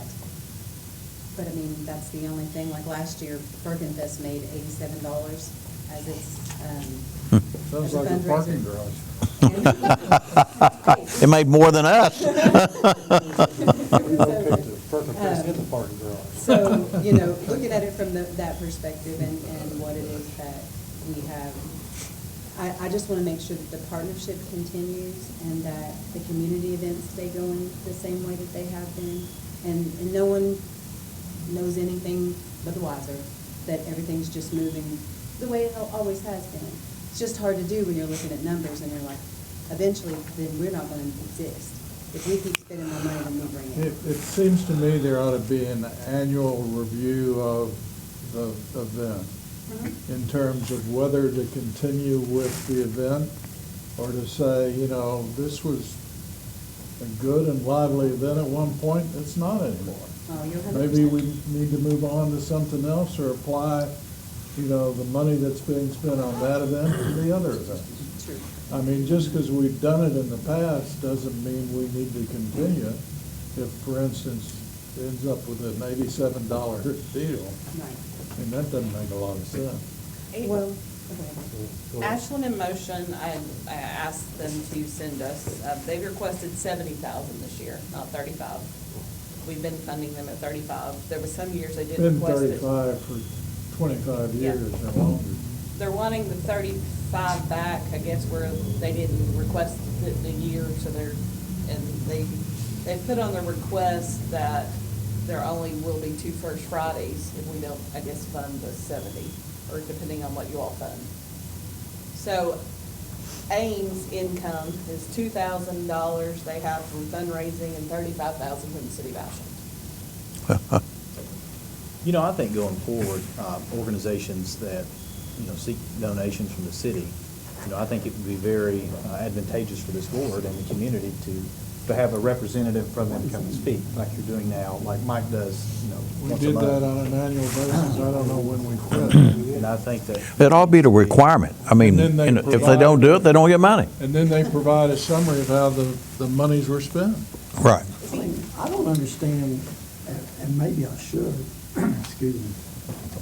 I mean, why don't we fund AIM? Why would we not? just- Well, that's what I was getting at, where she said they're subcontracted, so we're giving money to AIM so they can turn around and give money to Visit Ashland, right? Yes, That don't seem- and we're paying for AIM to have an accountant at $1,200.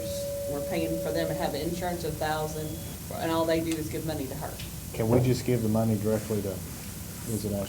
Well, there used to be an executive director that was kind of the downtown guy. I mean, it was originally Main Street was to promote downtown. Yes. And, they didn't want to continue it because there were requirements, for the membership, a lot of things that had to be done to be a Main Street representative community. So they dropped out of Main Street. But I think even when the last person I remember being in Main Street and then in AIM was Danny Craig. And I can't tell you after that where the thing has gone. But $35,000 a year was what we were routinely budgeting that Yeah. organization. I'm just trying to wrap my head around why we would. It was a Send money to downtown AIM, promotion and AIM at that time.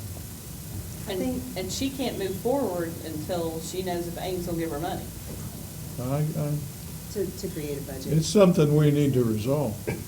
And I think that what AIM has expressed to me is that the reason that they still exist is just in case something were to happen with Visit Ashland, or, something were to happen that Boyd and Ashland would become again and nothing would happen on Main Street.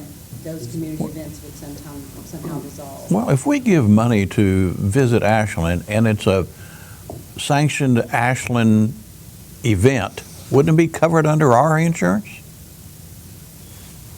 No, I don't think so. No? I usually have to keep event insurance on it. I think you have to have Yeah, insurance. it's under the special event. I mean, it's not a routine city function. Huh. Because Which one? if they did something, outlandish, it would be under their insurance and not. Gotcha. Okay. Yeah. And when we have event season, our event insurance goes up, just because we have to make sure that whatever it is, we're covered under. And the city also knows, so I send Amber a list of like every event that we have, and then that is covered on our insurance, so that it's shown that it's covered on our insurance, in the event something were to happen. I do want you to come back with your presentation. Yes, At one of the 100%. next board meeting or the board meeting after that. I planned on So coming on you're the prepared 12th, for for us. sure. I do want to see that. Celeste, do you know, not to cut you off, I'm sorry, do you know if in the past, this Board of Commission, or the Board of Commission, may have had a representative on your board, on the board of Visit OKY?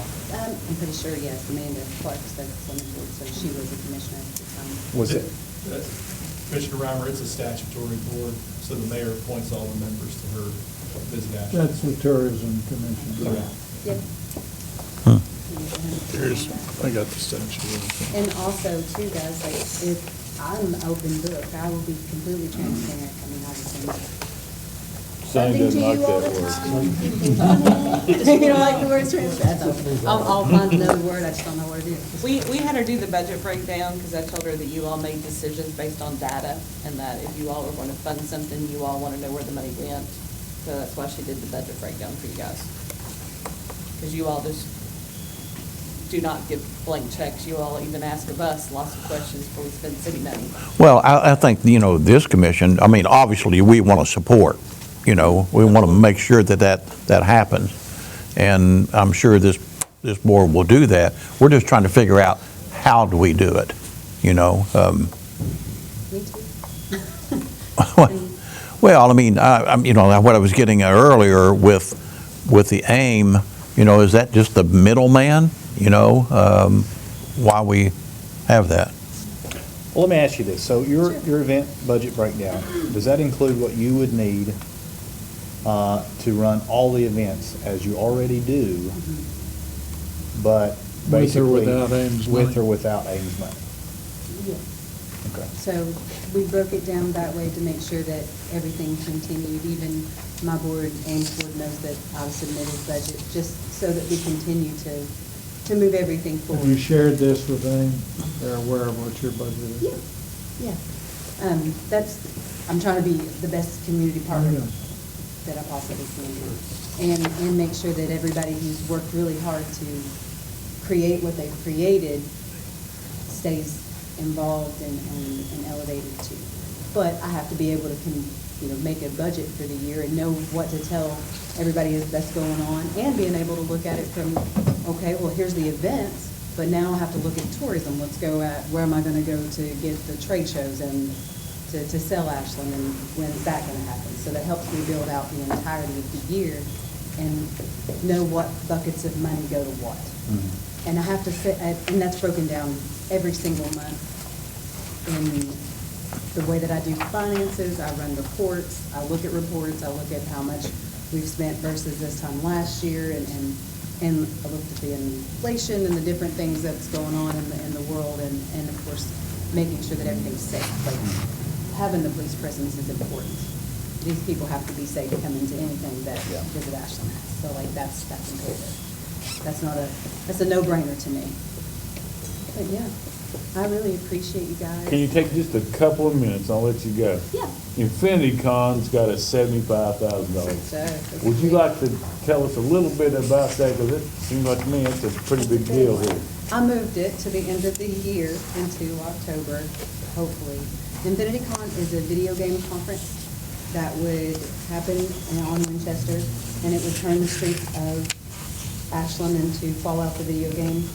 And there would be, it's kind of like a Comic-Con, but only for video games. So you'd have different vendors and different things for video games, video game competitions. And to elevate it, we talked to the people who created, and which is their actual hub is in Gainesville, Florida. They would create it to make sure that, say that you're playing the game on your phone and you're playing along and you start to lose power, well, you can go into Kale's and have a burger and you power up. So it's being able to take the businesses and make it an immersive event for them to be there. It costs $45,000 for the intellectual property, which is them to create the game, all of that, and the layout, design, and everything, and give us marketing, and also someone to help us with budgeting and making sure everything is done. But then I also have to pay for special effects, because if we do it, we need to make sure people want to be there. But we can recoup that back, because that's the only cost there is, and we're allowed to sell tickets at it. So it can become a fundraiser. It can become one that at least recoups the funds and breaks even and becomes a true touristic event.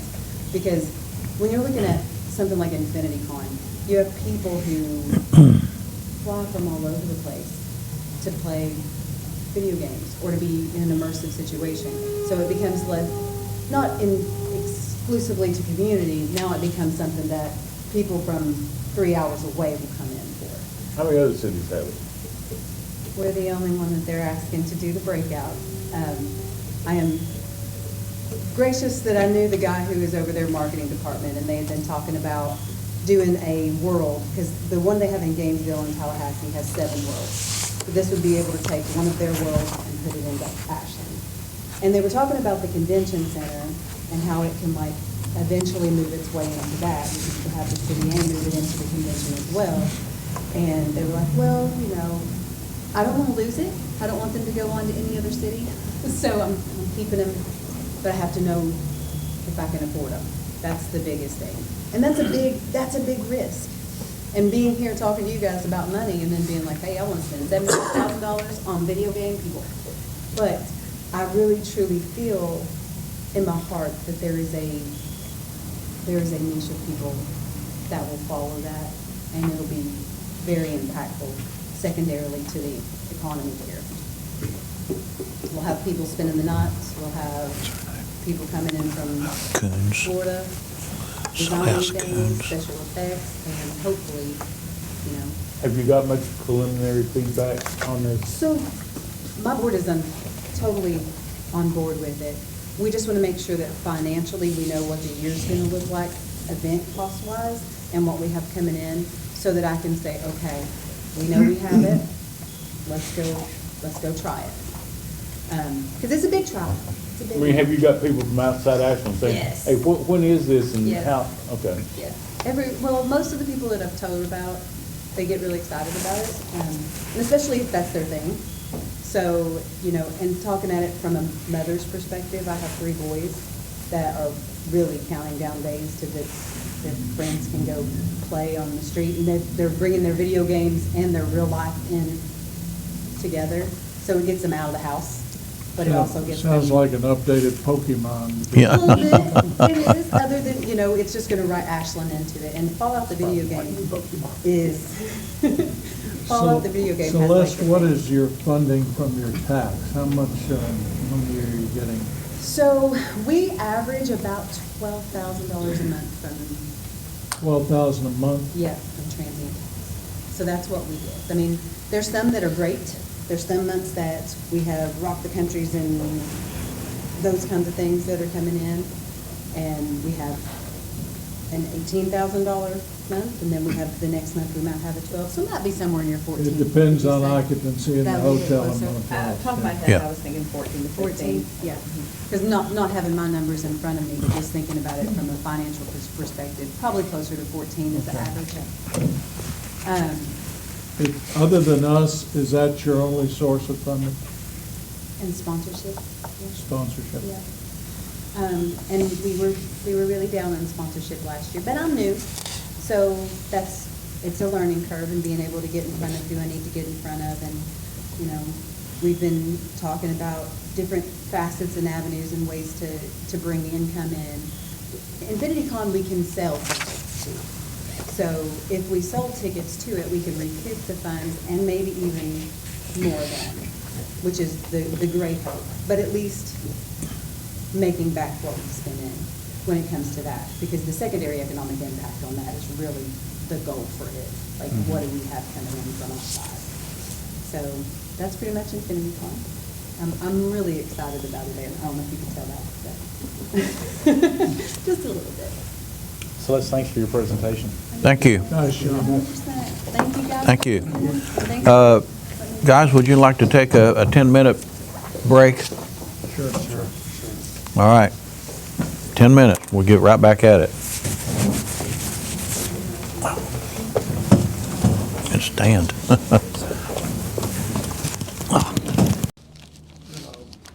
Well, I think, we have all talked about, this is their number one priority to keep, our employees safe and give them a safe work environment, Yes. you know.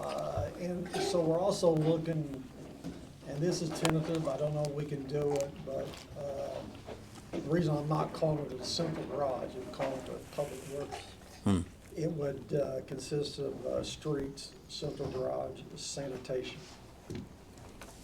This is a long overdue replacement. The project will be funded with the bond issue and reduction in other budgeted operational expenses. Just 1 second.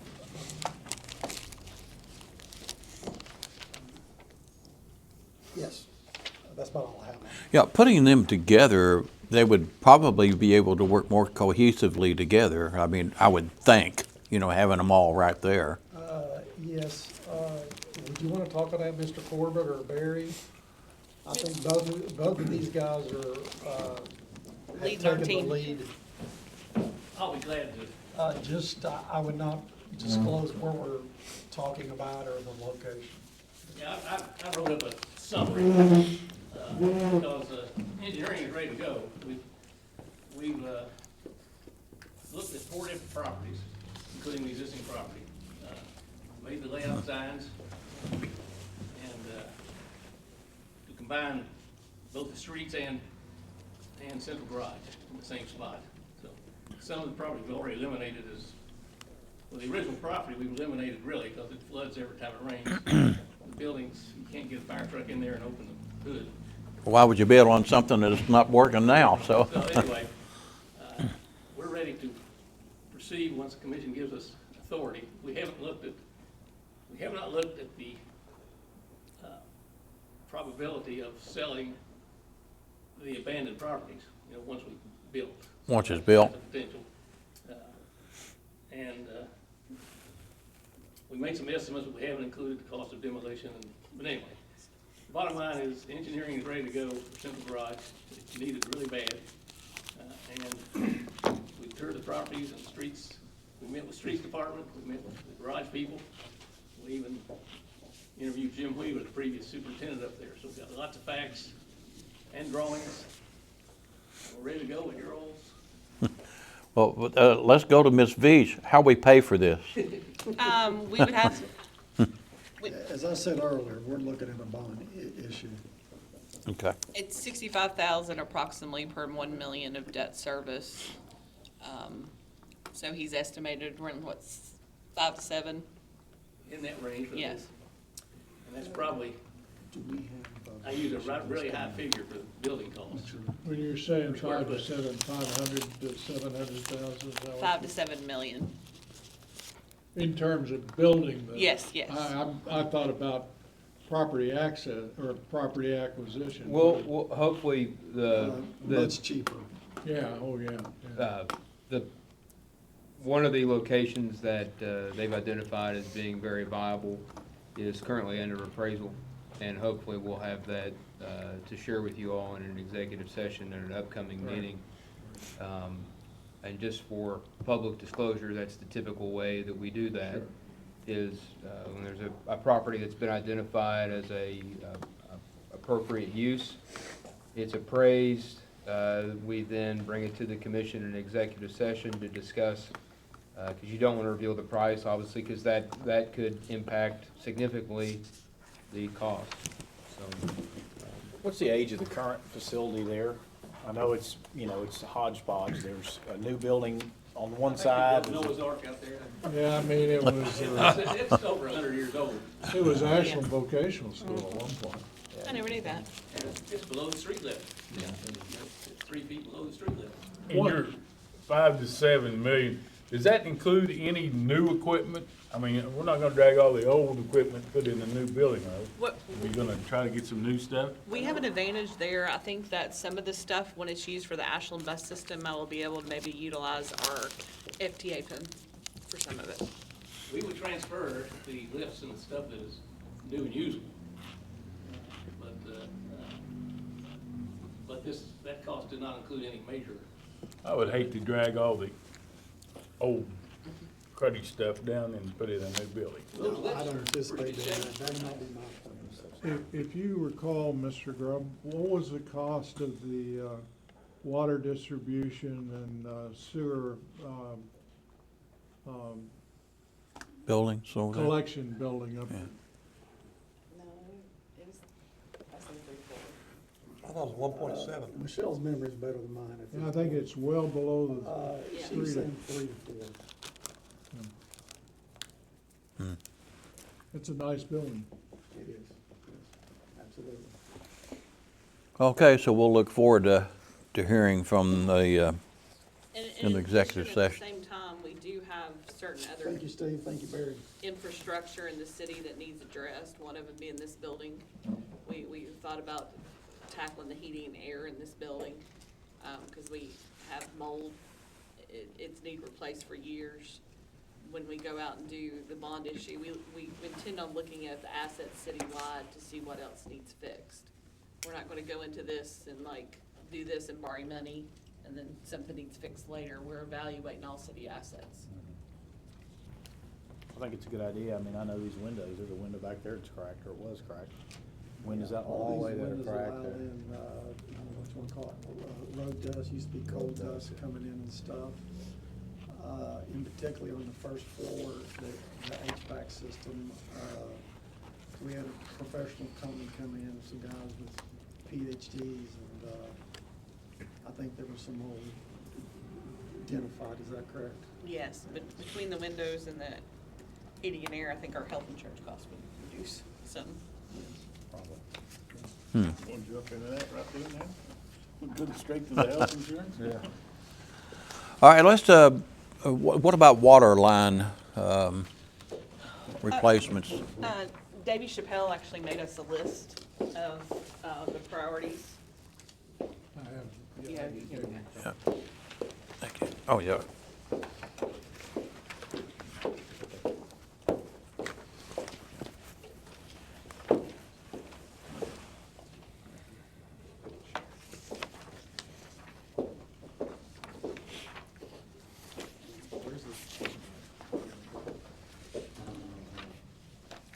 You got another one of those?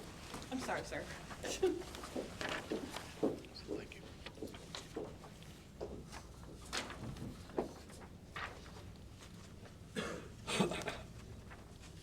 Oh, on top, okay. It's at the front. Okay.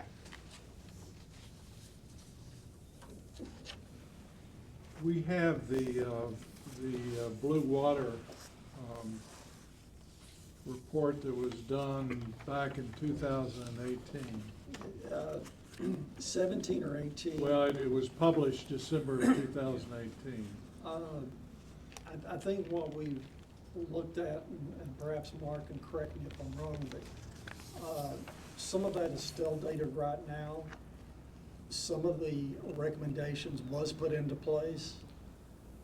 We're currently funding utility line replacement at $1 million per year.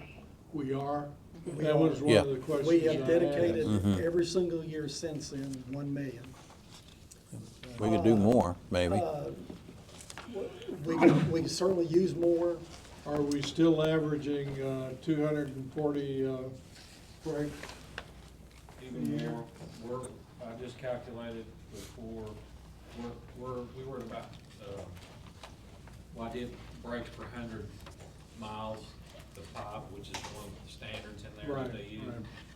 We were at 85 breaks per 100 miles of pipe for 2025. What were the number of breaks we had last year? You know? Well, give me just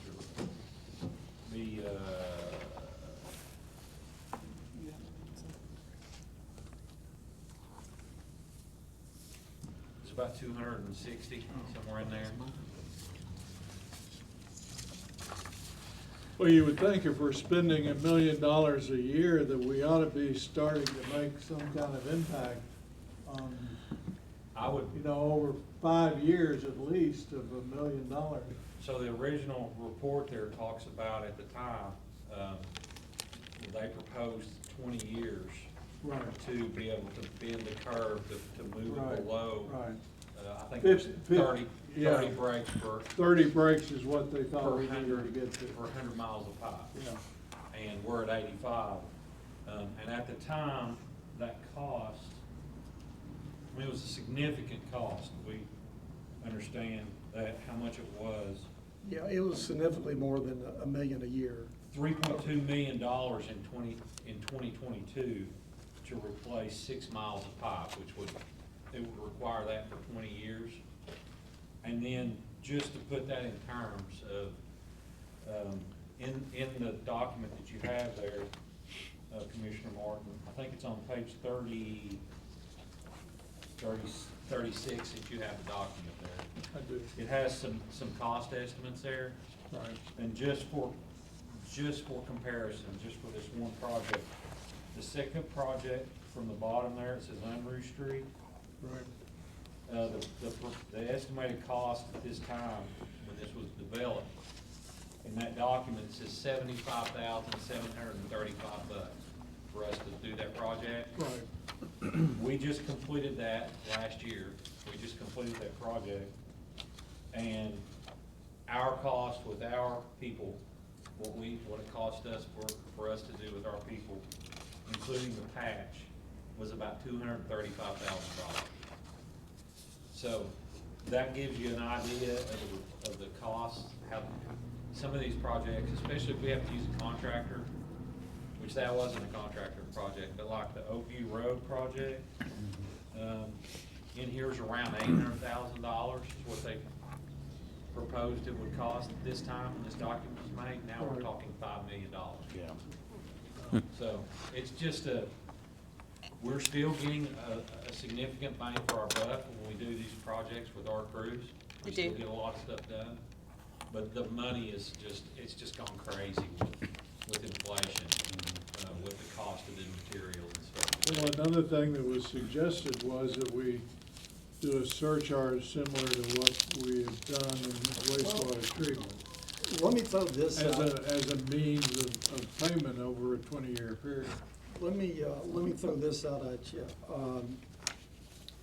If the board would be okay, if you all, and I think we, myself, Mark, if we want to accelerate this and invest more money, I think some options would be from the savings of the water loss team that we created, we could bond X amount of dollars and the service, the debt service would come from that savings. I think that's an excellent idea. If you'll, and if I be so bold, if you all could skip over to, Michelle, do they have a copy of what I have?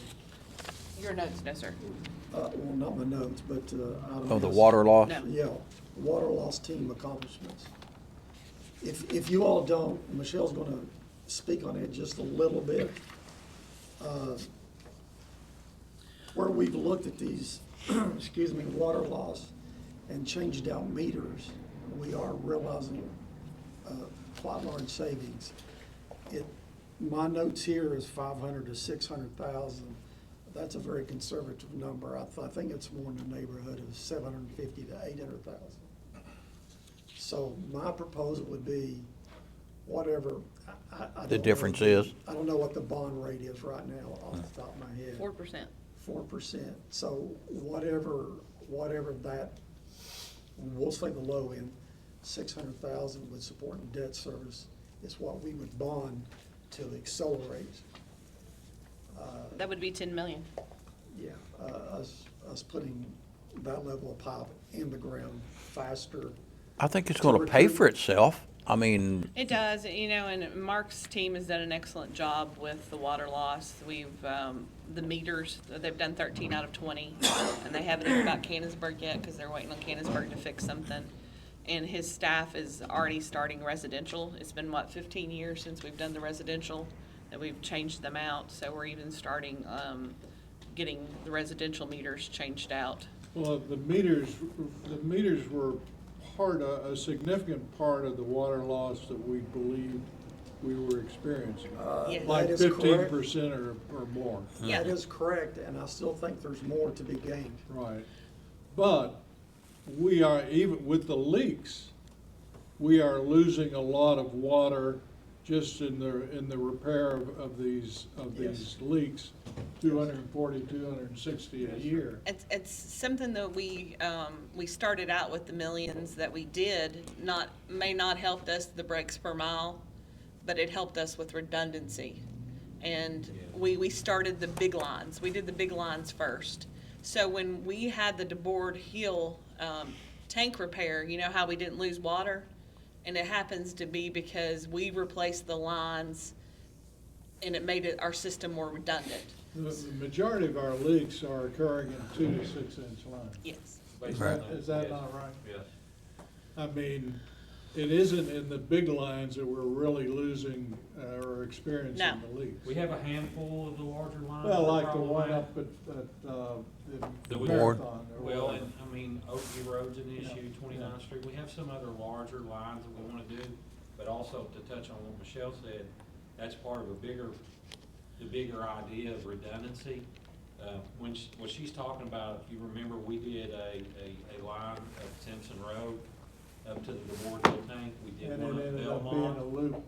we did a portion of 29th Street, and just think in terms of the main thoroughfares, you can roughly think that there's main water lines running through there. So one of the other projects we want to do is Oakview Road.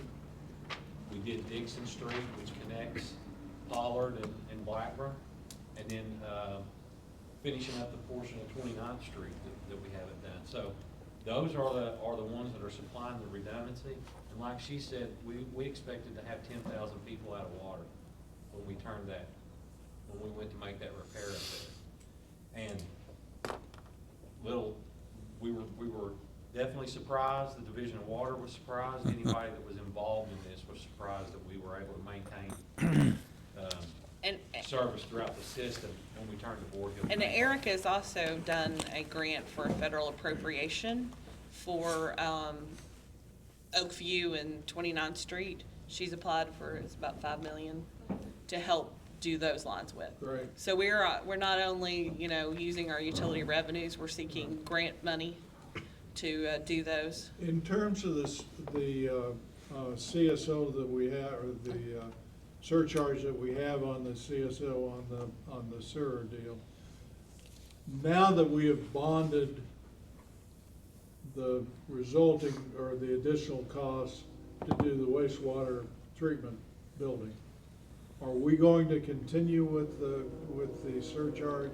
The surcharge will be in effect for another 20 So it years will be until the debt during service the paid term off. of the bond issue? Yes. Okay. It's written, the ordinance is written, when the last debt service payment is paid off, that will be taken off. Gotcha. Can I comment on some more on the metering too? One of the things that we've done is we sat down with FIVCO and we created a project we're trying to get funding for water loss issues. I think I'd have to get the exact details and I could get it to you guys, but we were looking at doing about 3,000 residential meters. So think of, the big meters are obviously making a difference, but each one of those individual meters that we're reading, if they're off a few percent, even just a few percent, you get a stacking of those meters together and you start having, they start making up Something significant. some significant loss. And we noticed we had an administrative error. The numbers Yes. that utilities were using and the numbers that billing staff were using had different dates. So when we aligned those dates together, it took, 4%? For water loss 40, yeah, calculations. it went down 4% just with that. So what they would call a billing date, it was a slightly different date for the consumption date that we were using. So when we matched them back up, we got a little bit better figures than what we had before. In terms of the charges that we have on our water service, we used to have an annual CPI or whatever adjustment. You do. Water and sewer. You do. We took that off. We put it back on. It is back on? Yes, sir. Good. Mark, on those meters, when a meter goes bad, let's say, who's the victim? I mean, Usually we are, okay, Yeah. almost always. okay. And he's replaced ultrasonic meters with compound meters. The compound meter some of those only measured when 400 gallons went through a minute. Yeah. An ultrasonic meter measures it all. And keep in mind, when we put those in, they were the technology that we needed at the time. So now that we're installing this, you're picking up, it's almost like the water could be turned on at a certain level and it's not being metered. The meter's so large, there has to be so much water to move through it. And I'm not a water meter expert, from what the guys tell me. The ultrasonic, I do have a background from when I was at the wastewater plant, different types of meters, but still ultrasonics and environment are definitely desired too. But the ultrasonic is more sensitive to be able to pick up those low flows and more accurate and precise overall.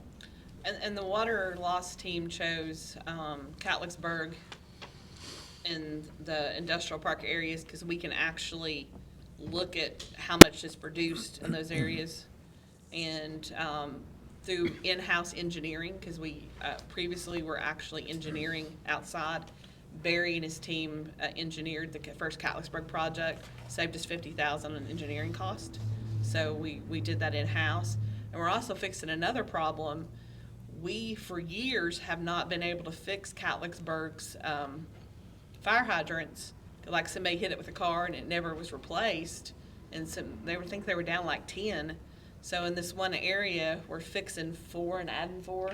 The reason behind that is Division of Water requires you to put actual hydrants on 6-inch lines, correct, Chief? Yes. Yeah. So And most of when those they have a are 4 4-inch line up there and something happens to the hydrant, there's no way to go replace it legally and say, here's your fire hydrant.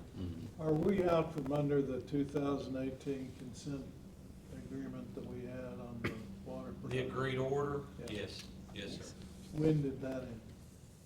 It's been a few years. I'd have to look at the details exactly, but yes, we were able to negotiate that completely. When was our last rate study? It went on for the last, we haven't done one in 2 years, 2.5 years, but the rate study went on for like 6 years. We could not get. 6 years? Yes. Why? We could not get the rates increased. It was a challenge, and we finally got them increased. We talked city management into doing a little bit at a time until the rate study was finished, but they were going to wait till it was finished.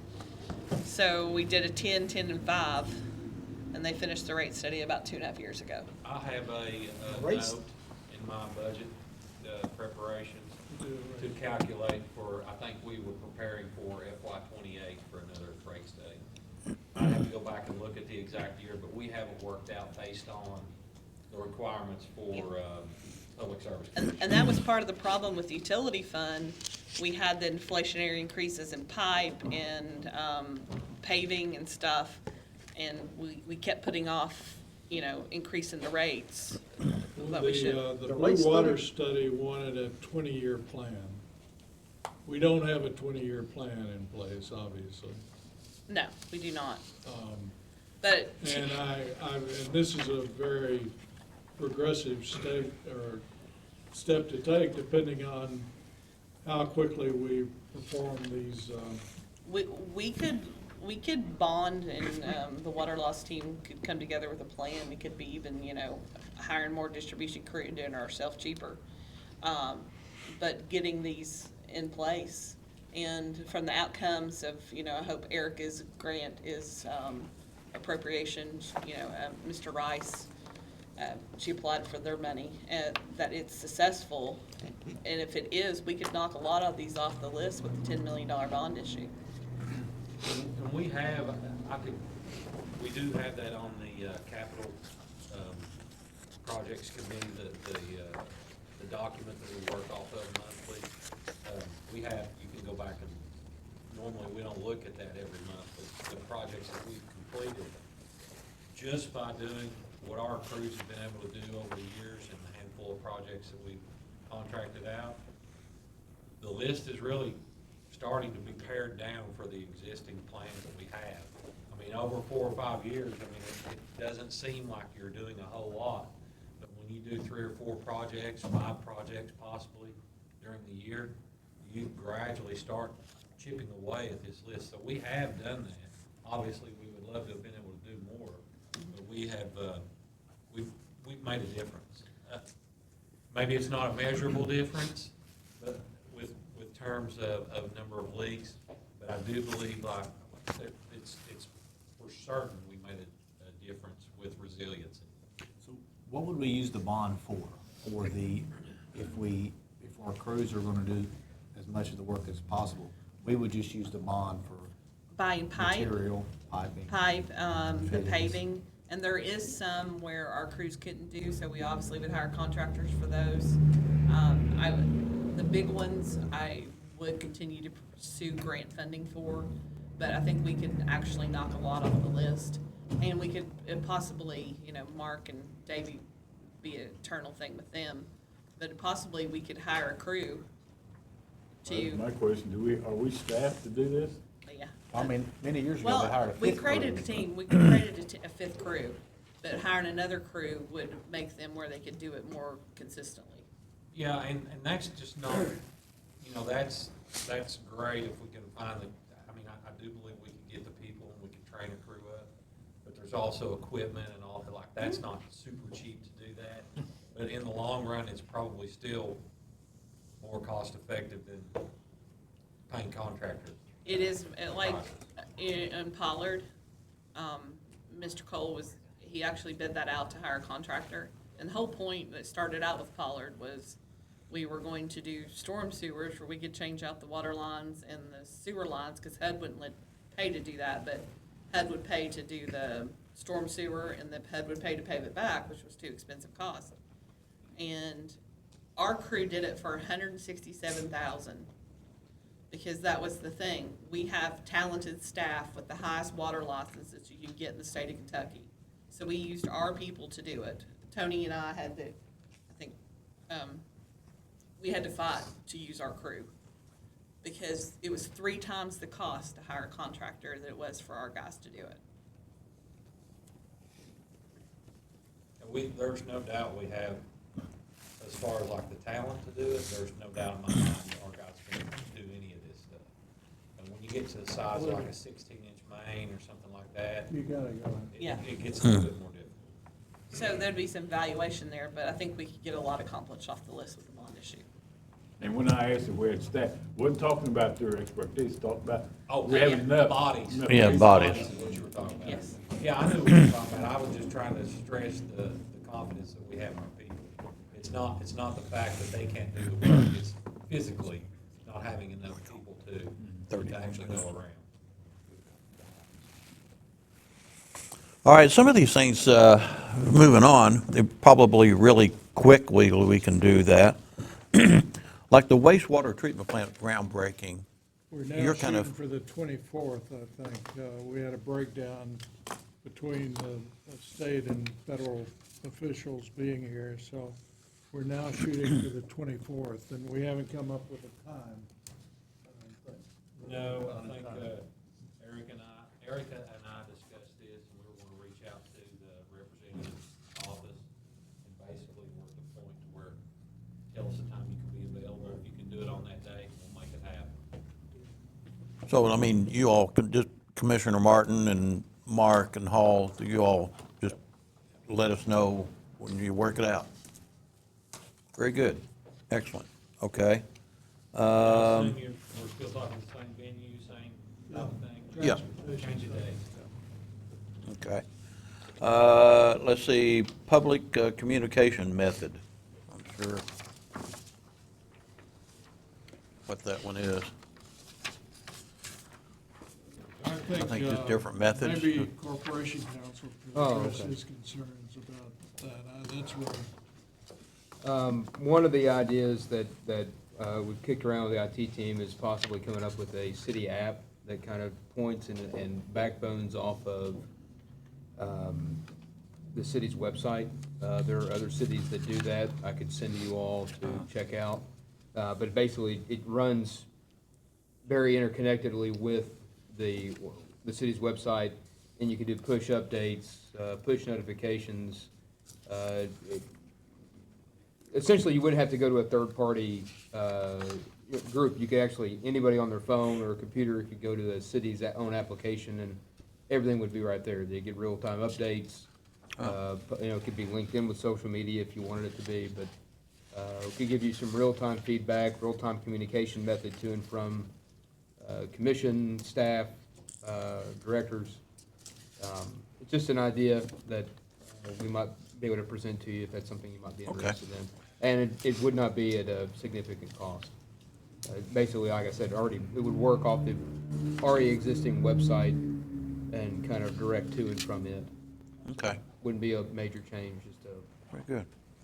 forward-facing. Conference center update, I mean, just, we'll hit that briefly, but I'll let everybody know that we're planning on a business after hours on the 26th of this month. And it'll be at the Paramount. And we're working out details. Mr. Wheeler and I are with Venue Works. It'll be kind of an introduction of Venue Works. Of course, they're going to do their own catering there and food service, so that'll be available. And during that time, they're going to have They were gonna new put up, renderings. They were gonna put up The renderings? renderings Yes, of the conference center. So it'll be kind of a joint deal with this business after hours, and we've already secured the date through the chamber. Is that from 5 to 7? Yes. The typical business after hours deals. And they're passed, on schematic design, they've passed the 75% threshold. Venue Works is, my understanding is they're heavily involved in finalizing and finishing out the actual operational and functionality with AP3 and Branch Center Carroll and the design team. Still scheduled to open in fall 2027. Yeah, they're getting ready to, I think they're going to start fencing off the parking lot after this business after hours and then begin demolition of those attached buildings. When will that start, you say? After the business after. After the hours. business after hours. Okay. Yeah, and then there'll be some utilities that'll need to be moved from, and some other, more structural type components. And then once the building starts going up, it's apparently gonna go up relatively quick, is what they're Okay. saying. Can we segue into the lighting of the Paramount parking lot? I think it's already been done, isn't it, Barry? Director Adkins got with AEP and has already got that handled. You can go ahead and, Barry, explain. But Yeah, absolutely. Yeah, we already got that, like Andrew said, we already got that completed. Got a little cost here if anyone's interested in kind of what exactly we did. So, we installed 124-watt LED floodlights. So the Paramount parking lot had one floodlight over there closer to the dance studio, so we wanted to brighten it up, for safety purposes and for other things. So reached out to AP and got five floodlights installed. I haven't actually been down there to see it, but. it looks good, and it had some issues in the parking lot and a couple of police responses, so hopefully it'll be helpful with that. It'll also be helpful for when construction starts and protection of assets and equipment. Ryan Conley and his IT team, they're also working on updated surveillance and tech that eventually will be working seamlessly with the Paramount and the conference center. So they're looped in with that. When do you look for construction to start on the conference center? I think, you'll start seeing people there after the business after Yes. hours, and I think it'll just be kind of. They'll be fluid. fencing it off. You'll know what's going on then. It'll be pretty fluid after that. It's just, it'll take some time to get it going with the utilities and, Okay. there's electric and water and gas and everything you need. What about the Paramount capital improvements? Howard Harrison and AP3 are discussing what types of items really need to be dealt with. We certainly know the boilers will need to be addressed sometime soon, and we're also working on a couple different funding ideas for that. So hopefully we'll have one of the possible funding opportunities may be opening up soon that we might be able to apply for. I'll get with Erica and Michelle about that, and then we may have a couple other funding ideas. Did you get that boiler company that I sent to you? I did. Okay. Yeah, All right. we're working on a couple of different paths with that. And I've got a couple other ones too that I can forward to you that was given to me. It's not been as smooth as what it otherwise could have been, and appreciate Venue Works and Matt Hammond, HR Cook, and those guys for bearing with us over the last month. Just FYI, we're talking about lighting. Mr. Adkins and I've been working on getting some string lights across Winchester Avenue. He's dealing with AEP to make that happen. Which blocks? What's that? Which blocks? The downtown blocks, the 1500 along that area. My idea was to, we've got the cabling when we put up the Christmas lights. Right. To put them all right back up there, but it's evidently more of a big deal than I thought, so Barry's working through it. Let's go back up to the top here and go down our health insurance committee. We have an update on that, or that's on here for discussion? We can absolutely form a new one. It's been a while since we've had a meeting. The last administration, there was some discrepancy, if you will, on who and when to meet. Typically in the past, prior to, I'll just let you know what has happened in the past, we would meet, there would be a department head from each department, finance, legal, myself, our union representative, and we would meet when necessary. It wasn't like a definite thing. It was if we had a formal appeal that was filed and we needed to make a decision, I would bring it before the board and discuss whether or not to allow to pay the claim moving forward on that particular claim, would give information. And then annually for renewals, to provide the renewal numbers, any additions, any changes, modifications that we would want to do. At that time, we would do those for annual renewals. And that's Why did the committee go away? the past administration. Oh. Oh, okay. Simple answer to a lot of questions. So what do we need to do, Mr. Wheeler, to enact that again? Or maybe it's already done. My understanding, there wasn't a formal ordinance that established a committee before. Correct. I think it was just a motion. Yeah, probably we could do something similar. Maybe allow us to come up with the structure of that and maybe a meeting time frame and come back to you maybe at Okay. the next meeting. And it could be by motion or resolution. I don't think it needs to be a formal ordinance for something Okay. like that. And any recommendation, in the past, there have been a commissioner sit on the committee, and there's been times when there was no commissioner, so it's fluid. We can absolutely set it up however. I was on there for about 6 years and never remember a commissioner sitting on a meeting. Resolved a lot of issues. Yes. Yes. Yeah. Okay, that'll be good. All right, what is, property violations? Oh, yeah. Yeah, we can go down that list if you want. The first Yeah. one you listed was the AEP building on the corner of 17th and Central. As far as code enforcement and fire is concerned, we've pretty much exhausted all the bullets in our chamber to where we are citing them.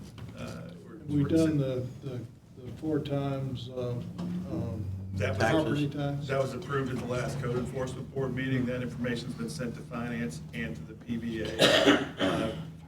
We are sort of just stuck in that cycle. There's not a lot more we can do from code enforcement except to have him barricaded, which he's done, but that's breached almost weekly. I will say Maybe this. nightly, who knows? Yeah, so we've been working with Andrew Wheeler in City of Ashland's legal department, and I know he's been working tirelessly to try to find a resolution. I think he has a way forward. I'm not sure that's ready to be discussed in public yet. We can't talk about it. I mean, I can probably brief you on executive session on it, but from a. Okay. But you're on it. We can't talk about it publicly. What about Steckler's? Steckler's building, the price was just dropped. It's listed with Missy Atkins at Ross Realty. They had an offer and acceptance as recently as 3 weeks ago. The offer fell through at the end, I think after they did their due diligence and walked through and realized what the actual cost of renovating that building would be. So as it stands right now, it's, again, in our code enforcement cycle, notice of violation citation. hearing in front of the code Is enforcement board. there a lawsuit pending in it? Is it? That suit was resolved, it was a foreclosure. So there is not now There is not pending currently one, litigation. no, and our code enforcement, taxes are paid up at last check, and our Right. code enforcement, fines are, I mean, they're not really significant enough that litigation would likely resolve it. Basically the same for the Corby's building. It's a little different case in that you had an owner, Corby Stoll, who passed away, and it's a little complicated by the ownership and probate dynamics of his death. But it is also listed through Missy Atkins at Ross Realty. They're also in the code enforcement cycle with notice of violation citation and hearing in front of code enforcement. Okay.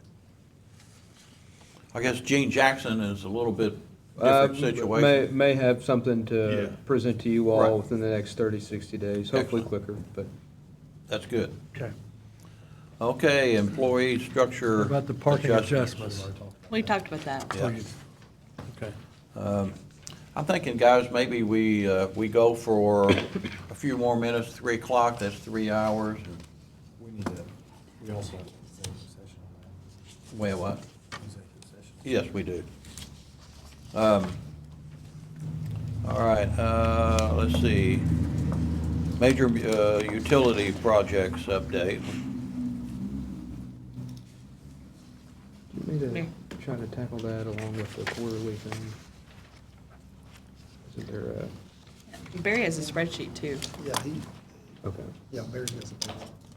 Yeah, me and Mark, we got a spreadsheet here with a handful of projects, and all these projects are projects that we're doing within the city that are over $500,000.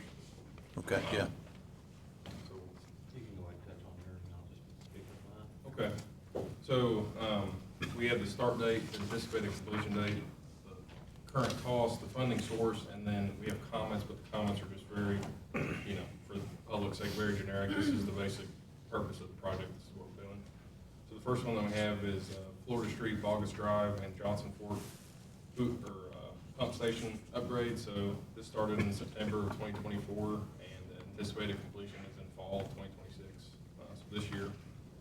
The cost is a little over $2.7 million, and this is funded through ARPA funds. And just to give a broad overview of what the project is, it's to install one 40 GPM rated booster pump station with a chlorine feed system at Johnson Fork, a 22 GPM booster pump station at Bogus Drive, and one 22 GPM booster station at Florida Street. And the basic purpose of this project is to increase water pressure. Another one is Logtown tank rehab. So we actually just recently bid this project out. Just voted on it, I believe, a couple meetings ago for approval to the contractor. So we anticipate that the start date will start in the spring. So where this is an interior and an exterior rehab in the tank, it has some paint that can be applied, and for correct paint temperature and conditions, we need to wait till the spring to allow it time to set up. The cost on this one is $502,170, and it's being paid through utility capital. Another one of the bigger projects that we have going on right now is our sewer lining project. So this project started back in March of 25, and we anticipate that it will be completed in March of 26. The cost for this project is a little under $2.3 million, and it is also being paid for by ARPA funds. The basics of this project is we're installing cured and placed pipe to approximately a little over 11,000 linear feet of sewer line within the city of Ashland. And that's from pipe ranging anywhere from 8 inches to 24 inches. And it's worth mentioning and noting that the cost for lining the sewer line is much, much cheaper than what it is to open trench replace a sewer line. Another project is Polar Mills Phase 4. So this project started in January of 25, and then its anticipated completion is spring of 26. The current cost is $924,000, and it's being funded through ARPA and the general fund.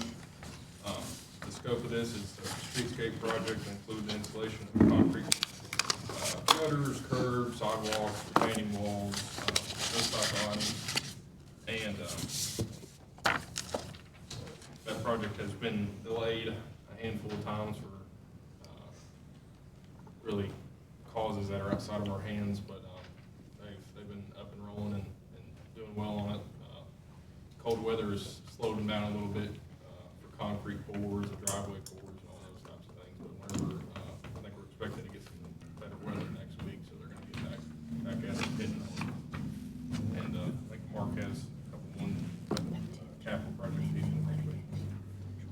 Yeah, first I'll talk about the lead service line identification project. As you guys know, this is something that's required by EPA. This is not something that we just jump in and did on our own. It's something that's an EPA requirement. We started in June 2024. This is kind of a perpetual project for many, many years. But this phase of the project roughly will be finished in the winter of 2028. The cost is $542,880 for this current phase. It's important to mention that we have a forgivable loan. That's 100% forgivable loan. It's I don't have the exact. I think it's $837,000. It's $800 and some thousand dollars. So that it will cover the balance of this whole project. Ultimately, EPA is requiring us to go in and identify the service line material on both the city side of the meter and also the customer side of the meter. Yeah. So that's what this project does. Just to give an idea of where we are at this point, we're still in the identification phase. We actually need to go out, and we've been doing this through, citizens are probably aware, they've seen the door knocking campaign that we had. We've had help with EPA. Yeah, we got phone calls on some of them. Sending contractors in to help us do that at no cost. And basically, the way this is set right now, once we identify about 800 more services visually by inspecting them, they can use that data and plug it into a machine learning tool, like an AI tool basically, and it will populate our system and say, you know, lead here, non-lead here, whatever. And then at that point, we would go in and do, be required to probably follow up and test like 800 to make sure that it's correct. So there is things in place that doesn't require us to go in and necessarily identify each and every one visually. This is approved by the Division of Water, so that it'll help cut down on costs. Another thing to touch on is a pretty big project that's nearly complete. Robert Stripe Pump Station bar screen started in April 2025, and January 2026 is actually what we have as completion date. We are down to the point of troubleshooting like HVAC, that type of stuff, creating a punch list, of doing a final walkthrough and creating a punch list. But we're down to, you know, putting, checking paint, things like that. So this project is effectively, for all practical purposes, completed. Other than, you know, doing the final pay apps and all that stuff. So it just went great. I should have mentioned the first project, it was funded with utility capital, but reimbursed through that loan. This is an ARPA project. Roberts Drive is an ARPA project. $2.9 million for this project. And the bar screens themselves, what it does is it replaces a set of manual screens that required employees to enter into a confined space daily and sometimes more than once a day to go in and physically remove the debris, cut down on overtime, safety concerns, all those types of things. But like I said, that project's basically effectively over. And just to mention, that's also the same contractor that's doing that project is doing Johnson Fork and also the treatment plant. Okay. The last thing is the treatment plant, wastewater treatment plant, or the WRRF. Start date was December 2025, anticipated completion of June 2029. $99.782 million. Funding sources, CSO, KIA, ARPA. Anything else, Michelle? Well, there's a couple of. Be a bond issue. Stag grant and, Bond issue. bond issue, and that's for the, stag grant will be for the engineering. The contractors that are currently on site, they did a lot of, site preparation. They're currently in the process of preparing, the footings basically, or the locations for the buildings, for the blower building, the dewatering building, and the admin building, including installation of what they call ram aggregate piers. And basically, rammed aggregate piers, basically the ground is not the greatest to support large structures there. So it's something that they're using to be able to, they drive these, just Pilings. continue to drive pilings down into the ground, basically, to be able to support the structure. All right, I spent a lot of money. Yes. All right, well, it's about time, so, Can I hit one more? Can I, sorry. I I just want to tag on to this real quick on the capital projects. uh, We currently have 2 members of the commission meeting each month. correct. And I was wondering if we could do this on a quarterly, have a quarterly capital project meeting with the entire elected body, which I think would be much more, Well, I would love to have, like the Beneficial. top 5, or, whatever we want to call it, just an update, so the general public in their commission meetings can hear what's going on. Is that- I mean, that's a would you lot like to of do that? money, what they just, it's, it's pretty time consuming if you go, if you really want to understand capital projects. right, yeah. Maybe once a month, just a Yeah. brief, similar overview Yeah. that Mark Like did. this, If yeah. we did detailed, that's my point I was actually gonna bring up, would, maybe do it once a quarter Yeah, or something. quarter So- maybe rather Yeah, than once a month. yeah, or yeah. 6 weeks. Yeah. So Right. instead of us having the monthly meeting, we have a quarterly meeting with all 5 of you? Well, just as a city meeting. City meeting, okay, so we Yeah. do away with the Yeah. capital projects? Be a Be a discussion of. That would 10, be a 15-minute meeting. discussion at a meeting. I that would probably add on, would it be fair to say an hour to the meeting? If we went through it in the level of detail that we do in the capital Yes. meeting, yes. Well, but if you went through it in the detail We you gave just that did, level and highlight. Yeah, taking the any top questions, ones. Okay. probably half hour, 40 minutes. Yeah, Okay. because, city manager, normally we cover projects that might even be at $50,000, like Gotcha. sometimes we do a pump or something like that. Gotcha. Right, yeah, It yeah. wouldn't be, even though it's a lot of money, it wouldn't be at the level that these projects are. So are we talking once a quarter or? Well, that's what once- we're Okay, discussing, I think, once a And quarter. if is you where we're wanted to, landing. you could even do it at the end of the, after your new business. Right. And then go into it so that the folks that are interested in it can stay. Stay or But, not. Yeah. Yeah, Yeah, that's a great idea. And if there's a desire to have a special meeting, Yeah. it's always your guys' choice for us to cover it in a special meeting. okay, I got you, Good. thank you. does that cover what you wanted to? Yeah, and then one more thing, the joint work session with the county. Yeah, we just need to come up with a date. If you'll allow me or one of y'all other, we'll just work and arrange it. And I think in my opinion, we leave it up to you, maybe we even invite Catlettsburg. well, if you want to join, let's join, But I can work that out, it's no problem. What I would have a question though was, the structure of it, and maybe that I get with Mr. Wheeler on how we do that and have a joint meeting. Do we, but I'll have to get with you to understand Yeah, how we- that we would can- flow. It's not till, we've done it. Yeah, okay. We've done it before. Yeah, we have. Susan be jumping Remember, before we did it at the fire tables. station. All right. Can I I'll have take care one of that. question? As we start the budget process, I've had some people reach out. When do people need to come if they're in the gifts and contributions? I had somebody reach out, when do I need to be here to pitch my thing on my organization? There is no gifts and contributions anymore.